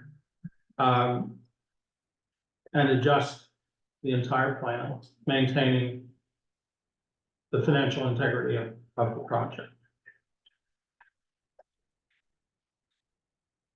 The loading zone, you're compliant with, because that was part of the redevelopment plan, was to allow you to be compliant, as opposed to the Bernardsville ordinance for loading zones. The loading zone is going to be very problematic for Bernardsville residents, the way you have it. And this is a big one, so pay really close Okay. attention. You haven't heard our traffic testimony, though, that I would suggest. We've read it, okay, so Very well, we Chairman. can get into that later.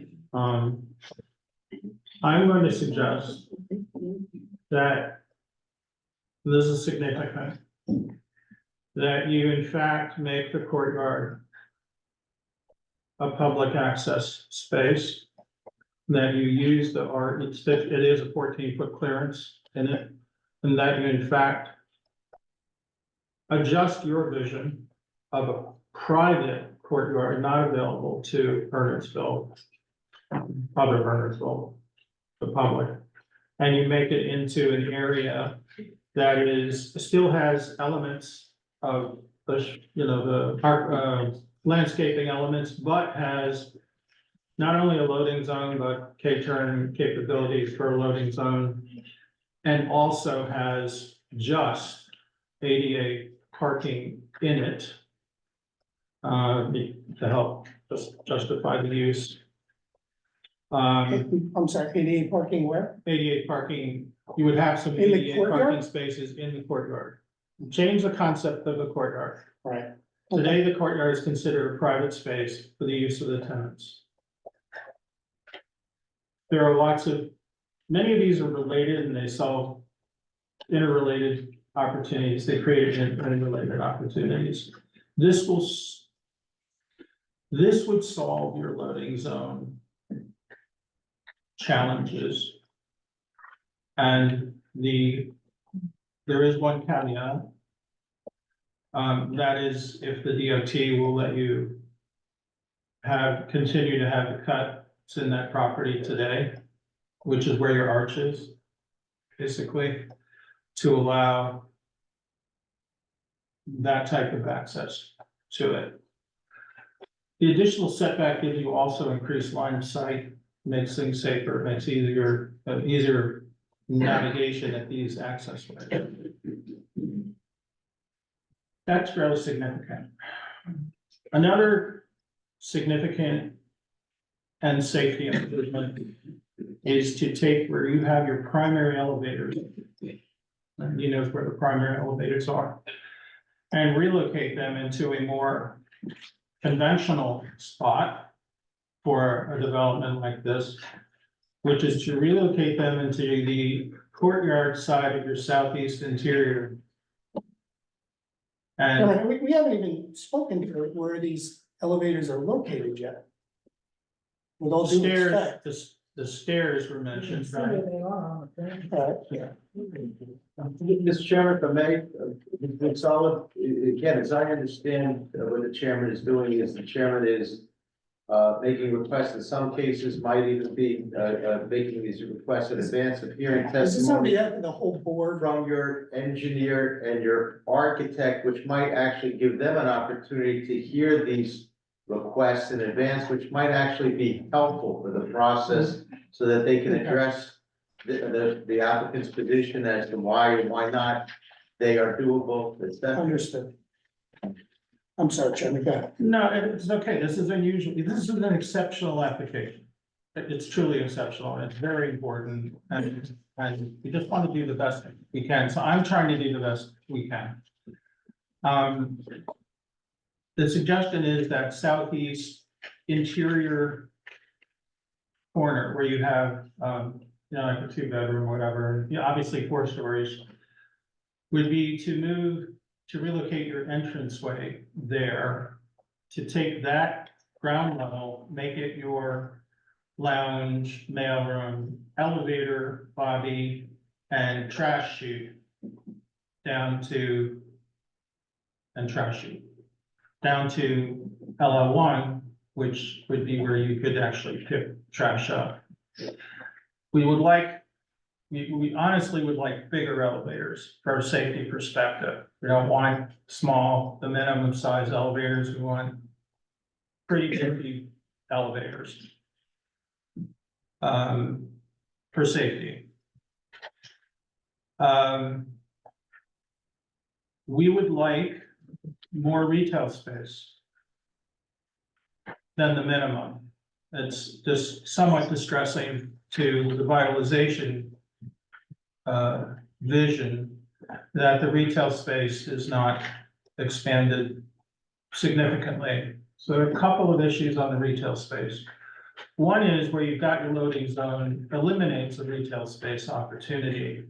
And the loading zone creates actually a challenge for that space. In other words, in terms of vitalization, it's a dead location. And it's one of the items that makes that loading zone choice problematic for the community. We would like, as I understand it, and it's really not clear, is the fitness club private? Yes, yeah, it's That is what. it's not, yeah, it's not a commercial. That is what my expectation would have been. The recommendation is that you, on the 2nd floor or 3rd or 4th, above the lobby, near the elevator, is you put your fitness club there for your residents. So they have easy access to the elevators from their units. And the recommendation is, optimization is that you take your fitness space that you've got and make it retail. However you like, but increase the retail space for it. So 2 additional retail spaces. One is the current fitness center. And the other one is the service MEP space that's currently adjacent to the loading dock area. Those are fairly large ones. They're about 20 items that can be, we think, optimized. One of the safety related ones is that along these, and you may have adjusted this, it's possible, along the southerly elevation on the tracks. You've got in the lowest left-hand corner, you've got a bump out for a 2-bedroom apartment. That bump out needs to be brought back for safety purposes. There has to be access along the tracks under those egress windows for all those bedrooms that are there. There's an easy way to do it, to once again preserving the financial integrity of the proposal. And the easy way is to annex the space that you can see on that chart there that's used for the trash chutes and for the elevator. And while retaining the stairs are appropriate for all levels to exit. That's part of that. Another major suggestion, and this is one of the keys to keeping you financially whole, for which I want to hear engineering and architectural response. I would suggest that the southeast section could be built upon. That the units in that over the driveway and in the greenery that's there, if you give up the frontage with a setback, the unit space, the floor space and the units can be reconfigured over that entryway to recapture the finances. And maybe even improve it. Once again, it's fairly complex.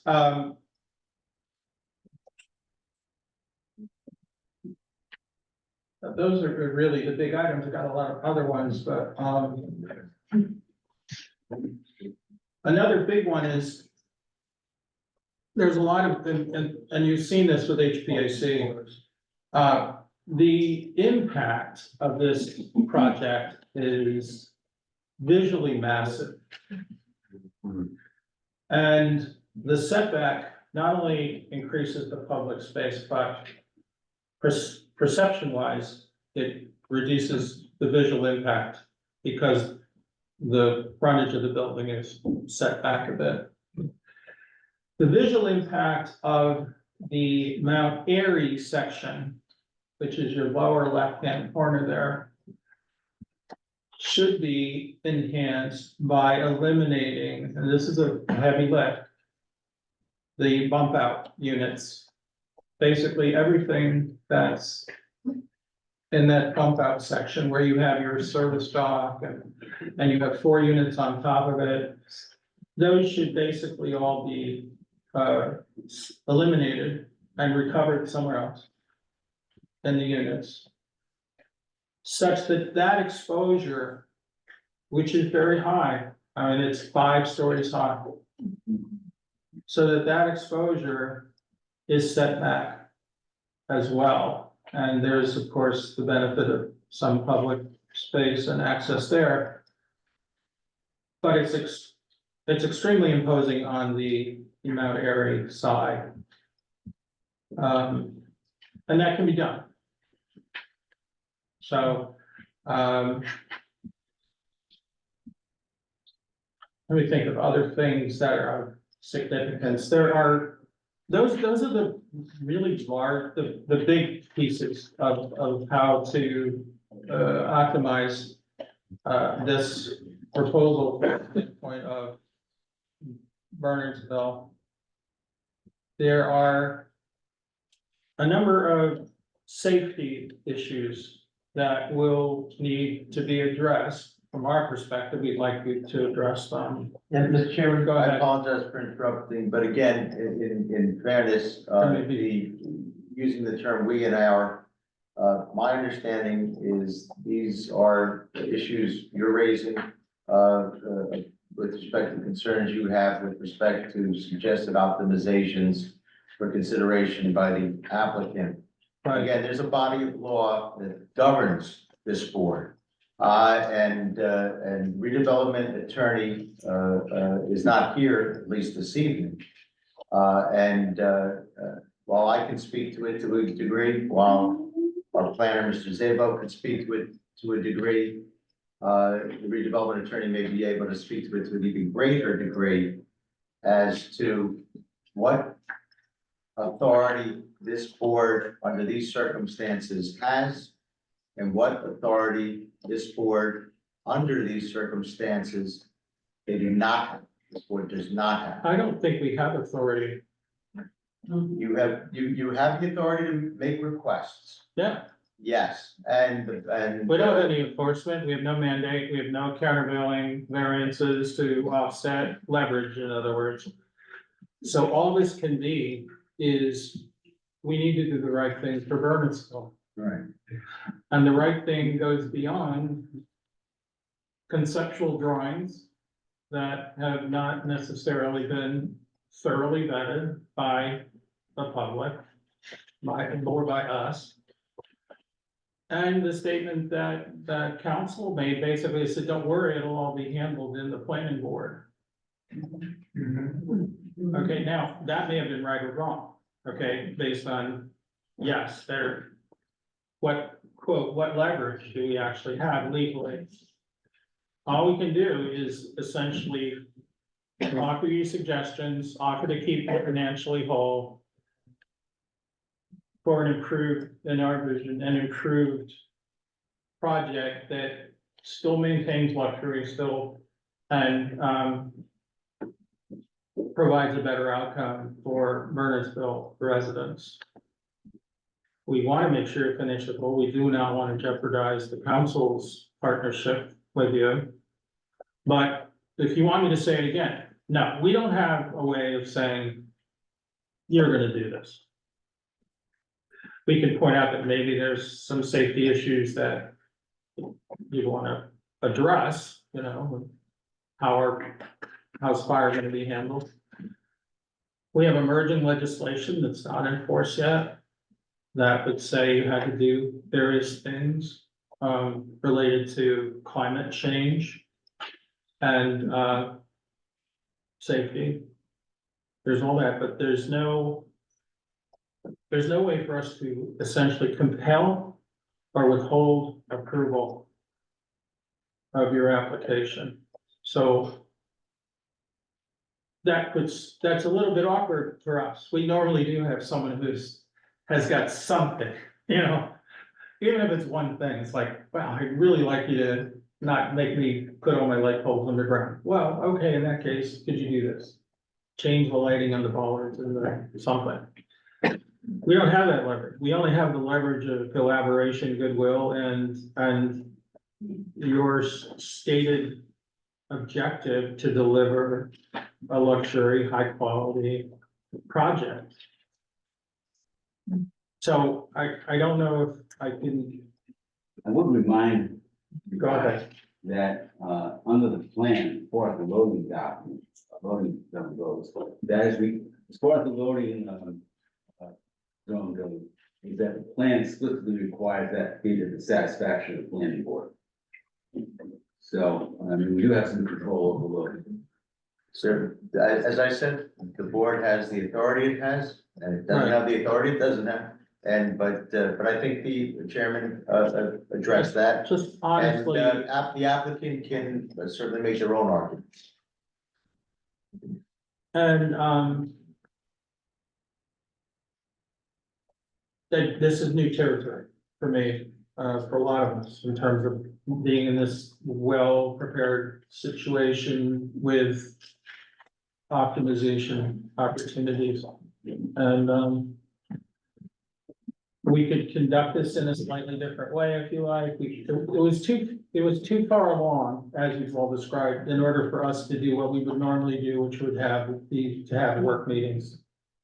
You know, where we would go through it. You were so far down the path that it was not an option for us to do it. I mean, we wouldn't compel you to do that anyway. It's purely an applicant's initiative to do that.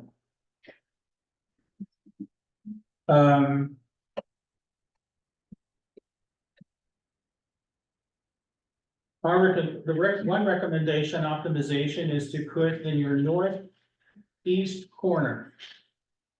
If you set back the facade, the front, in your northeast corner to put an elevator there that goes from lower level 1. It's actually the mid-level. As you know, your parking garage it's hard to see on these drawings, but it's structured as you come in at the lower level. And then you ramp down to a mid-level, like a mezzanine sort of. And then you ramp down to LO2 at the lowest level. It has to be that way. No complaints. It's just that is a design that pretty much has to occur. I'm suggesting, this was actually my idea, was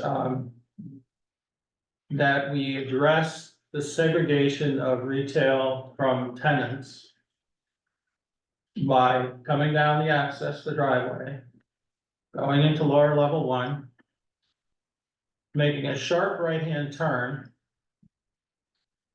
to a downslope, not an upslope, to a downslope to the mid-level, which is not a big deal in terms of, you just change how you rearrange how you're using your ramps. Such that retail parking could be on the ramp down to the mid-level and the mid-level. And then at the mid-level, before you ramp onto, down to LL2, you could have at least kind of, that said, look, beyond this point, I'm sorry, you could have, sorry. beyond this point, it's tenants only. So it helps solve that traffic segregation issue so that retail people are not just running around all down LL2.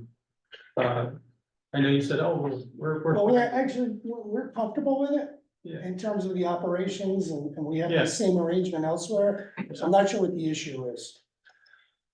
The issue is in fact, to keep it separate.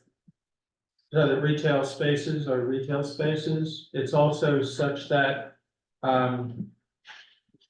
there's an after hours delivery. Needs to be a capability. They need to go down there. They need to deliver to that location after hours when the courtyard's closed, essentially. There are like, this type of renter, you've already made a strong case for, they're very different than what one might think normal renters are.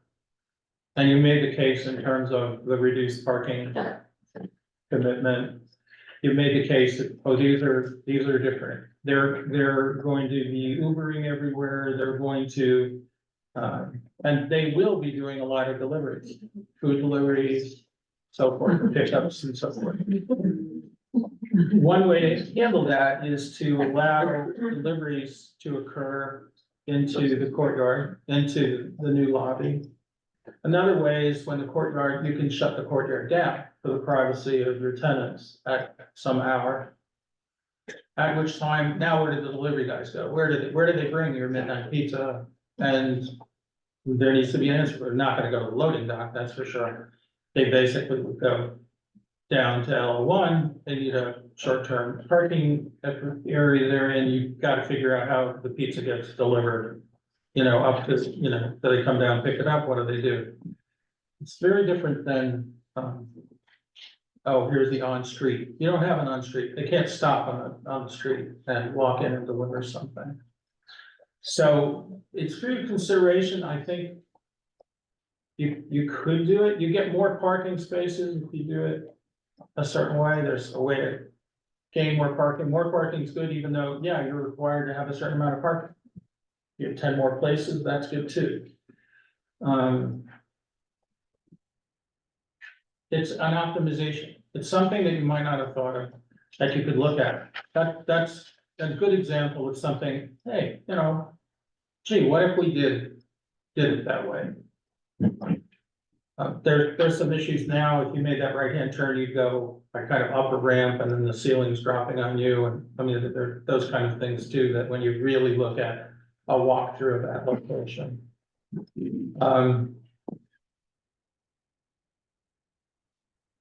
Other safety issues are something to think about. This is deluxe. You're going to lose power to this complex. It will happen.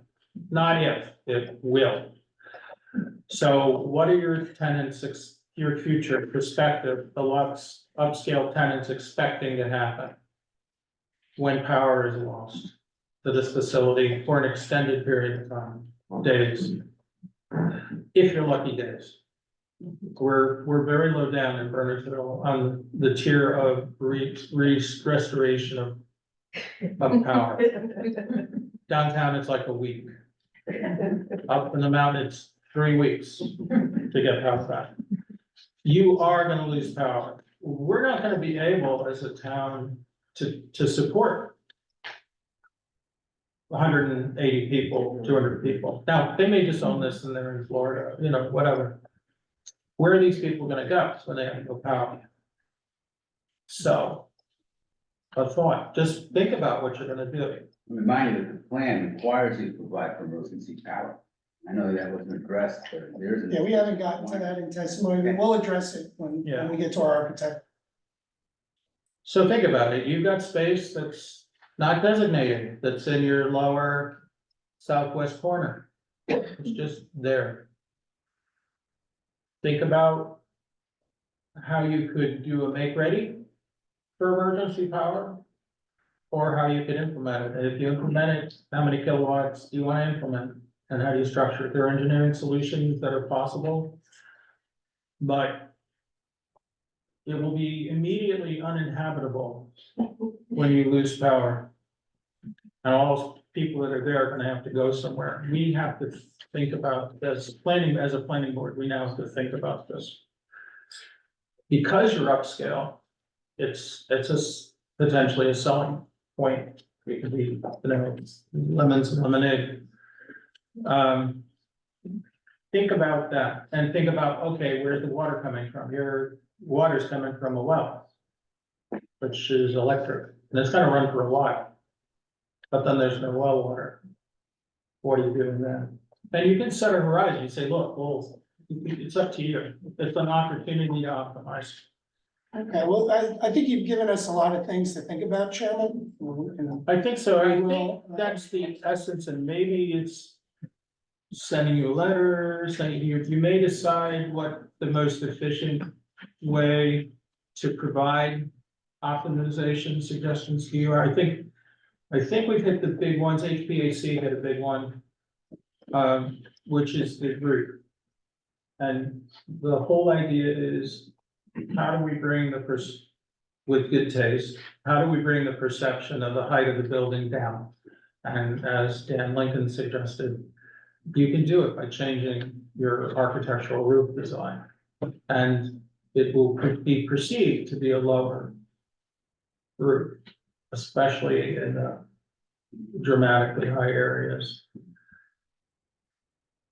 It's good, but here's a different roof, you could use skylights, you could do all sorts of great stuff. Okay. So. I have one other suggestion, there are a lot, but one of them in particular, the concept plan has a terrace in it, and a tower essentially on the northeast corner, and yet it doesn't have the canopy. Do you mean the engineered plan The engineer, yeah, the plan. or has- site plan? the- Because the This. application is for the site plan, so I'm just, this plan. This Okay, plan, okay, if you, well, whatever, if you were to scroll back to the roof, you would see that this plan had had a terrace in it. Really high. Really essentially dangerous. I You removed it. do not, yeah, I don't believe we have any dangerous conditions here, Chairman, on any aspect of the design. The terrace, And in fairness, you've not heard testimony to reach that conclusion, so I'm not sure what the point is. the point is that, okay, with the roof line. With the revised roof line, with a low profile upper roof, basically. To remove, All right, so, well, Chairman, this is what I'll say. I think you've given us a lot of suggestions and recommendations. We'll certainly take it under advisement. This is the plan that we have presented. That's part and parcel to the redevelopment plan. We're obviously not going to finish this tonight. And we'll take these comments under consideration and suggestions and so forth. My engineer is here. He testified. I don't know if any board members have questions. Or members of the public have questions, which would be the normal protocol relative to presenting the application and going through. certainly, allow, questions from our professional. And I think our court reporter needs her fingers to rest for about 5 minutes, Chairman, so we could take a break if the board is amenable to that. We can, 5-minute break. we can take a break until, 20 or 10. Thank you. Thank you, sir. Give it a little more time then. I said. I believe it's going to be going on. We are back on the record, Mr. Chairman. Thank you. Okay, Thank you, Chairman. At this point, we're actually going to just ask to adjourn the proceedings. We're gonna take your comments and thoughts and suggestions into consideration. We're gonna have a transcript made so we can look over these items. And we would ask to be rescheduled for the next regular board meeting, which I think is in 2 weeks. 2 weeks? Yes, it is.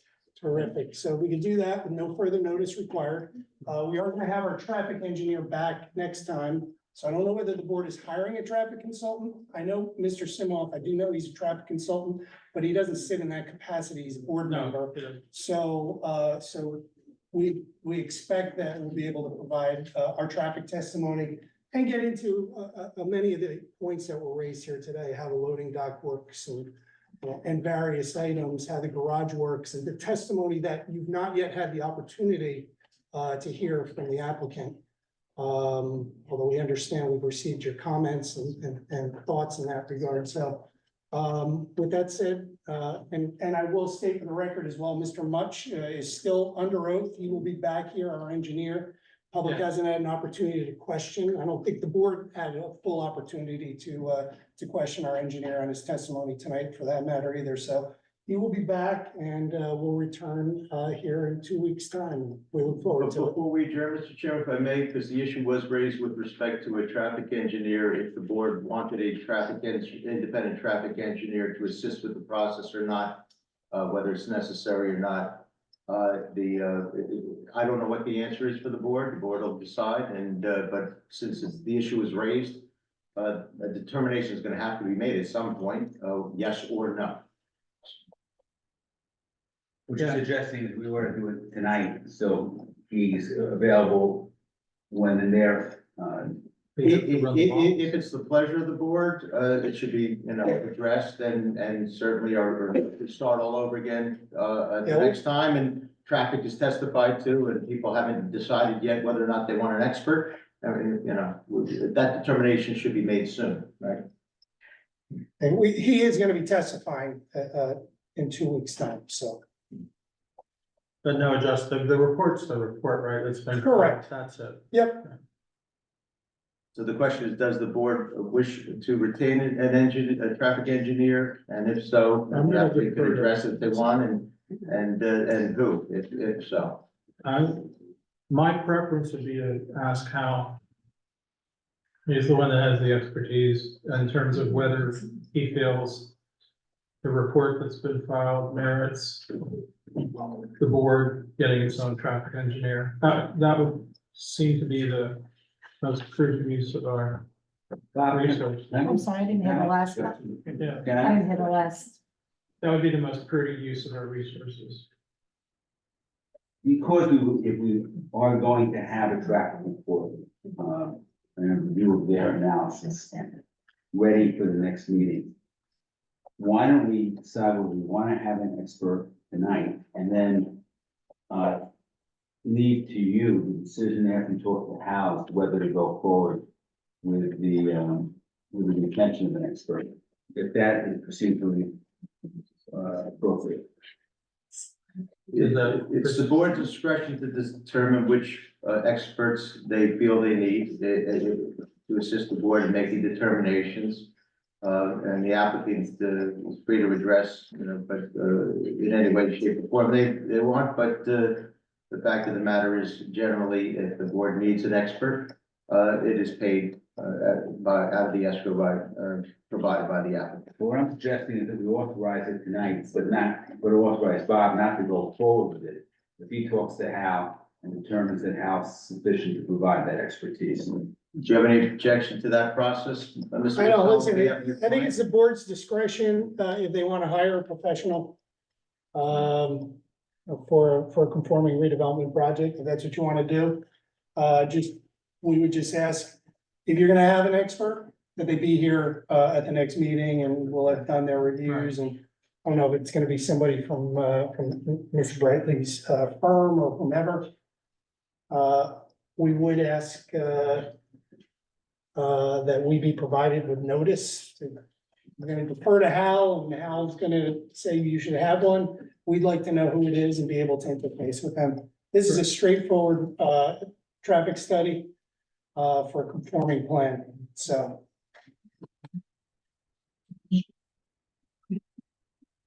Are you okay with, is the board okay with Jeff's suggestion? No? I'm sorry, I couldn't hear you. I was asking internally if our members are okay with Jeff's suggestion. Yes, I am. Okay, and is Steve okay with that? And, as to expert, does Boswell have an expert that could serve for that capacity? They do, yes. It's been it's been a while since this board has needed a traffic expert, so. It's really just a matter of reviewing their report, I think, and commenting on it. And if they need to be here in 2 weeks, that's short notice, so. So I have my assignment, can you take that as a, find out? I can, I can. Definitely Find out. Super Bowl's over, so. All right, Long meetings. thank you. I appreciate it, actually. Well, of course I appreciate that, sure. And I'll try to get you other suggestions. Well, other suggestions, Yeah, We need to do it here, right? correct. Okay. yeah, and I need to know whose suggestions they are. Are they suggestions on the entirety of the board? I'm trying to understand that, but just think about it and No, you don't need to answer. So, yes, I just want to make sure we make an announcement. you have plenty to digest, right? Understand that it's just it may not be obvious how to keep you financially whole. But you've. Well, yeah, You have some we're ideas. focused on presenting a project and the project that was designed and conceived with a redevelopment and so forth. And, Right. I spent a lot of time coming in here, with something that fully conforms where we are not asking for any variance relief. We know, Only we design, so. realize that. That's a lot different than what our objective is, so, but we I'm sure. understand, we understand. We understand, the key is that everybody ends up, we hope, winning for such a critical initiative. And we want to be sure that it's a premier project, we want to be sure, as part of the win-win-win, we want to be sure it's profitable. And really a reference. So. But once again, I appreciate that. So, So I think we just need an announcement of an adjournment. Yeah, no, I was, and, there'll be no wanted to further flush out notice. the traffic issue from the board's perspective, what the board wanted to do. all right, So I guess we have a work in progress to see if there's a traffic engineer available for the next meeting, correct, and to review the report in the interim. correct. And, it seems that's the pleasure of the board, so we appreciate that the applicant understands it, and that's what the board, needs, and that's what the board will do. So the announcement, as I understand it, will be carrying this matter without further notice. Please give me the date, Denise, Date is. Our next I meeting? believe it is the 20, let me just, hold on. I don't see it. It's the 22nd. Yeah, right, 27. Thursday, February 22, 2024. 7:30 PM in the same location. Pursuant to the law, the applicant, does not have to give us further, that is the further notice, that is the notice to the public. I don't believe we need an extension of time to act. So we're covered, that's the case. Well, we actually probably should get one. Don't, There are no variances. This has been pending. okay, extension of time to I'll act. extend it End to of the month of 27th. February? Yep. End of the month of February? Yes, Thank you, counsel. And if you could just send us a writing email letter is fine. that's fine. We'll do. Okay, thank you very much, everybody. Thank you. See you in 2 weeks. We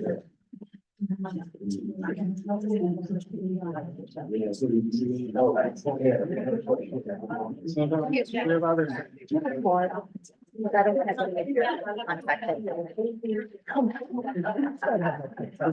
Thank you. I'm sorry, can you say,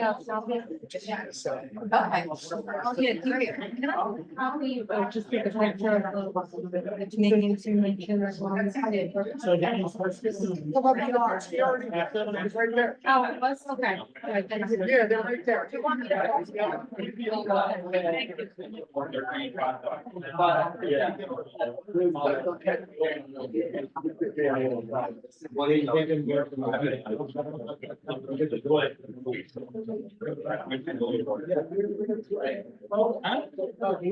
Mr. Chairman, Mr. Chairman, we're still on the record. I know we are. I need to announce the meeting.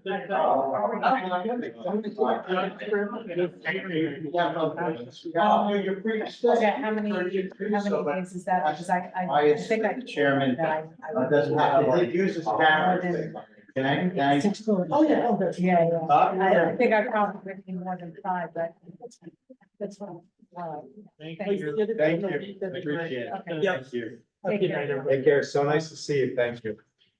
All right, so we have pending application, review pending applications, other matters. We've got Equinet.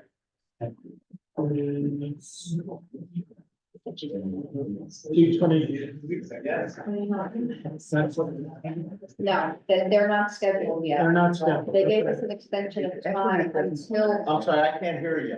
I don't want to shut the door, it's an open public meeting, but maybe people can be quiet and move down if they're, if they don't want to stay. If Equinet doesn't come in at the next meeting, the revised application, Yeah, I think, do we have to formalize the denial of the?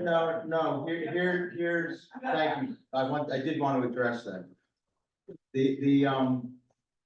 My understanding is as of now, we have a time to act extension to February 29. We have one more meeting as we're all aware before that extension. What I would recommend to the board to recommend or direct Denise to do is to contact applicant's counsel and find out whether they intend to proceed on the 20th or at any time shortly thereafter.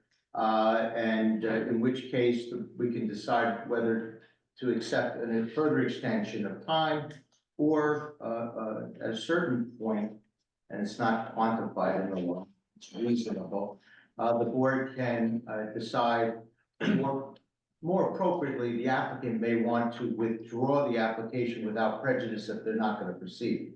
Without prejudice meaning they can come back, there's no prejudice, but they should not clog up the board's calendar, so to speak, indefinitely. I won't determine, the board can determine when it's time when it's been too long on the calendar. But what I can also do though, after Denise contacts the applicant's counsel, is you can encourage them to talk to me if there's any questions. And if they want to extend the time to act, we can talk about it at the next meeting, how much longer we wish to have them extend. If they don't reply, do we have to deny it at the next application? No, I know what you're getting at, a denial, so that there's not an automatic approval, and I expect they'll respond before the 29th, I think, or the meeting, the 22nd. Their counsel has been fairly responsive, in my opinion, and I guess Denise's as well. So I don't think we have to worry about that, but we're on top of it. Do we owe them any response? They sent the letter, right? That was them, right? That was Equinet, right? They sent the letter to us about their disappointment in it. The whole explanation, they explained the whole history of the application. Okay, And then we're in receipt of that. All right, and was there supposed to be any action that we needed to take to them? Basically, they have to decide whether they want to proceed with the application or not. I mean, short answer, no. There's But nothing, but we did receive that, it was I'll just, make sure that in addition to Denise speaking with applicant's counsel, as I said, I'm gonna speak to applicant's counsel. So not only with respect to the extension, but any other concerns. The bottom line is it's like a court. If they want to appear before they can, if they want to change their application or if they want to withdraw it. Yeah, no, I didn't know what they were asking for, since they I- just, the letter just explained everything that had gone on and why they thought this and why they thought that. and- I think rather than You talk about the know what letter I'm substance. talking about, right? Yeah, no, I'll get the letter, and, but again, proceed, first of all, substantively, we're not gonna discuss the matter, No, but procedurally, I just between wanted to now and the sure nex meeting, procedure. we'll get confirmation whether they're proceeding or not, and whether they're gonna extend the time to act or not. Or, you know, whether they're gonna ask for withdrawal without prejudice or not. We'll get all that resolved in advance of the 22nd. Right, which is the ending. I just wanted to know if we were obligated to respond No to obligation. the letter. It sounds But, like we're but, not. but my conversations with council will in effect. Okay, be no, that it was response. just part of the whole thing. Okay. Let's see. And the Zorros is. Maybe, no, let's say. Incomplete, right? Still, number 2, right? Angela Cruzetta, and then revisit review of Parks and Recreation Master Plan. Try and get that scheduled. Given everything that's going on the agenda right now, it's a little problematic. Given what's going on, it's. We're busy. Yeah. That needs your application. Okay, We'll figure out. okay. That's all right. Yeah, we were just asked to place it back on the agenda. Last meeting, question was raised. Okay. So now, any surviving visitors, you have a second chance to discuss anything not related to the agenda. Okay, have a good night. Nice to meet you. Nice to meet you. Bye-bye. See you next time. And, go ahead. Do I need to be sworn in? Nope, okay, no, but just name it. No swearing. I won't swear. Carrie Hazelton, 397 Minebrook Road. Thank you. I just I'm wanted, sorry, is it Carrie or Carrie? Carrie, Kerry, Thank you. yeah, Hazelton, Haselton. Sorry, And I'm sorry, your address again? 397 Minebrook Road. Thank you. My note taking has gotten a little slower as the night has gone on. That's understandable. I just wanted to, we got to the point where we were scheduling for the next meeting on February 22nd at 7:30, and I just wanted to let the board know that there were a lot of people that were driving around looking for parking tonight to get into this meeting to attend. And I got here 15 or 20 minutes early, and there were only a couple spots left, so just wanted to float the idea of possibly seeing if we could get a larger venue or a place with more parking for the next meeting. That was all I needed to convey. Thank you. Well, there's different things, you know, like, creating more space would be like, oh, can we get permission to park in the Right. firehouse parking lot or something? Yeah. We wouldn't notice it, what, Or maybe across the street, maybe with some kind of escort across. parking, in our applicant. Yeah. Still ours. You can't change the place of the meeting. No, it was just. You just said. Potentially. There were also efforts to find alternative locations that were unable to effectuate. Yeah, without the option of, virtual, attendance and, input, we lose out on some people if they can't. All right. But maybe Maybe we could, they can look into parking options. I think Denise heard that and to look into that. We And should let, inquire what can be done from the borough. we should let the parking study group be aware of the unusual event that requires parking. They probably wouldn't think of it. Hi, is it Johanna Wissinger, Washington Corner Road? I just wondered, could we have microphones? The council has microphones and it'd be nice if everyone could be heard. Well, it's right there. No, I think she means microphones for the board members and for the board professionals Amplification of with- voices within the. Yeah, that would. with perhaps one exception, because if we took a Right. vote, I don't know that anybody. We can always show you my. phone. Yeah, no, no, Exactly. We got our anti-speed canceling earphones on. There you go, there you go. Do they even exist? Does this system even exist? I wasn't Yeah. aware that there were microphones. You are- I've never. Microphones on your, when, The council always has. On a day. I was thinking, Yeah, so I I have think, like a simple wired mic to speaker setup, but I, maybe for a public commenter, but it wouldn't apply to. everyone. it would be, rather than, Mr. Chairman?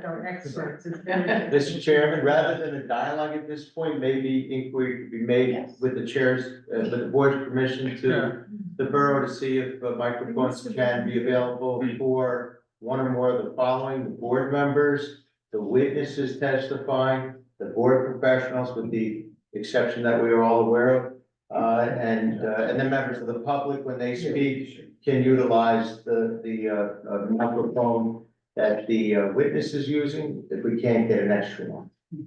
There's gotta be a borough council karaoke machine.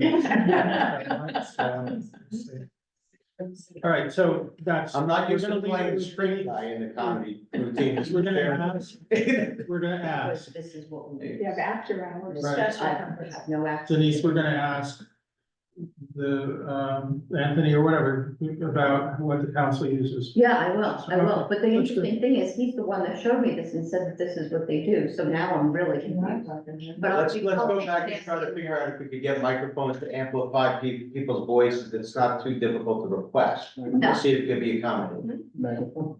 It used to be a stand-up, I remember that. Oh, yeah, that was pretty much it. Yes. Because our plans would always hit. Want to do plus over feedback? That was back when they had these. Okay, any other? We have another member of the public, Kathy, Denise. she's 70 Chilton. Just two quick things. One to follow up with, why did the schedule change from, am I mistaken? That it was originally, we're gonna go back to the hybrid, and then now it's just, I thought the last time we met in December, you will, it was going to go back to the hybrid after the incident. And now it's not, so I was just wondering if. I don't know. I don't know if you would take the time here whenever it was here. Right, I don't, but it's a public meeting, so I don't know if it was ever decided, first of all, by hybrid, I'm assuming you mean Well, that you could also speak. Zoom, because there's different types of. Yes, yes. Oh, but you're talking about, For the like public being able to speak Please. also. Zoom and in person, both? Yes. Correct. Okay, that is what we refer to nowadays as a hybrid. I was not aware of any decision made by the board, or any authorization for the borough to do a hybrid. So I don't, No, I think we wanted this application specific, we wanted to be sure that we Yeah. got last year's and all the continuing apps done conventionally, but that the new apps. Yeah, I was pretty sure were gonna we be talked hybrid. about that, That's made what- arrangements. I think we at least promised to look into it. Yeah, right, well, I don't know. Well, I had in my notes, the way we ended up was YouTube with live stream. No comment. No, I think. what we That's what it ended up- became. I think what we ended up was for the balance, for all matters which were already noticed, so we didn't have to renotice them. right, We would do in person only.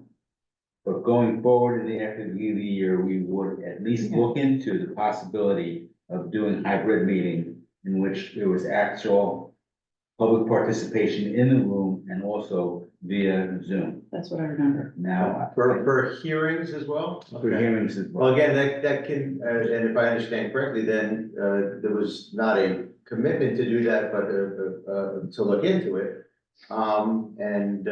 That matter, I guess it can continue to be looked into.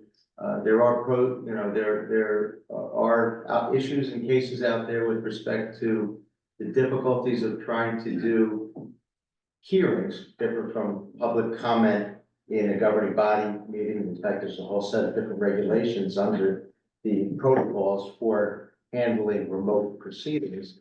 And the most difficult is the hybrid, because everyone who is participating remotely and everyone who is participating in person has to literally be able to hear and see everyone and everything that's going on, in order to have equal access, if you will, to the process. So, but that's a policy decision to be made Who makes that? What's the council doing now? by the, as I understand it, the board can make a policy decision, but the resources are provided by the municipality, by the borough.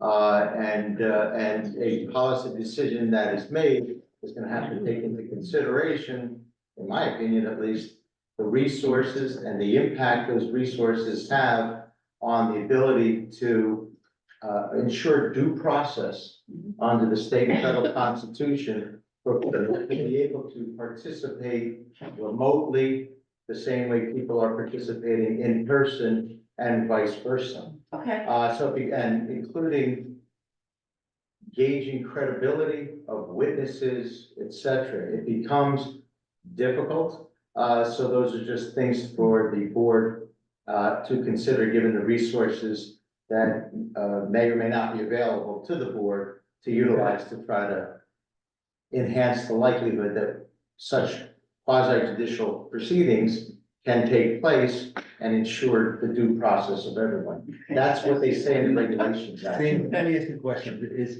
it a different rule for council than it is for? Oh, it's absolutely different. Literally, that's what I was saying. I'm yeah, sorry if I wasn't understand clear. that, but I also thought that we had talked about, or you had talked about, it came up that if you were gonna present, you had to be here, of course. And so anyway, and the second quick thing was, could you help me? I was confused because I thought that Mayor Knows had hired a traffic study team. Is that just for the council? Or is that not shared with the planning board? She's mentioned that in her, Yeah, it was traffic and parking, wasn't it? The whole town. Not just for that. I think Steve would have to. It said traffic and parking in her. letter. I don't know, I'd have to inquire, but maybe the borough had a traffic expert involved in the redevelopment process.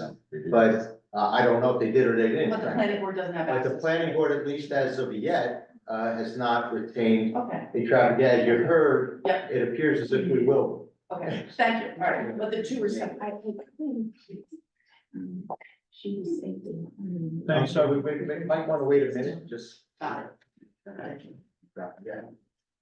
Different session. Let's see. Thank you. Sure. No executive session, correct? No executive session. Okay, then we're adjourned. Thank you very much. Thank you.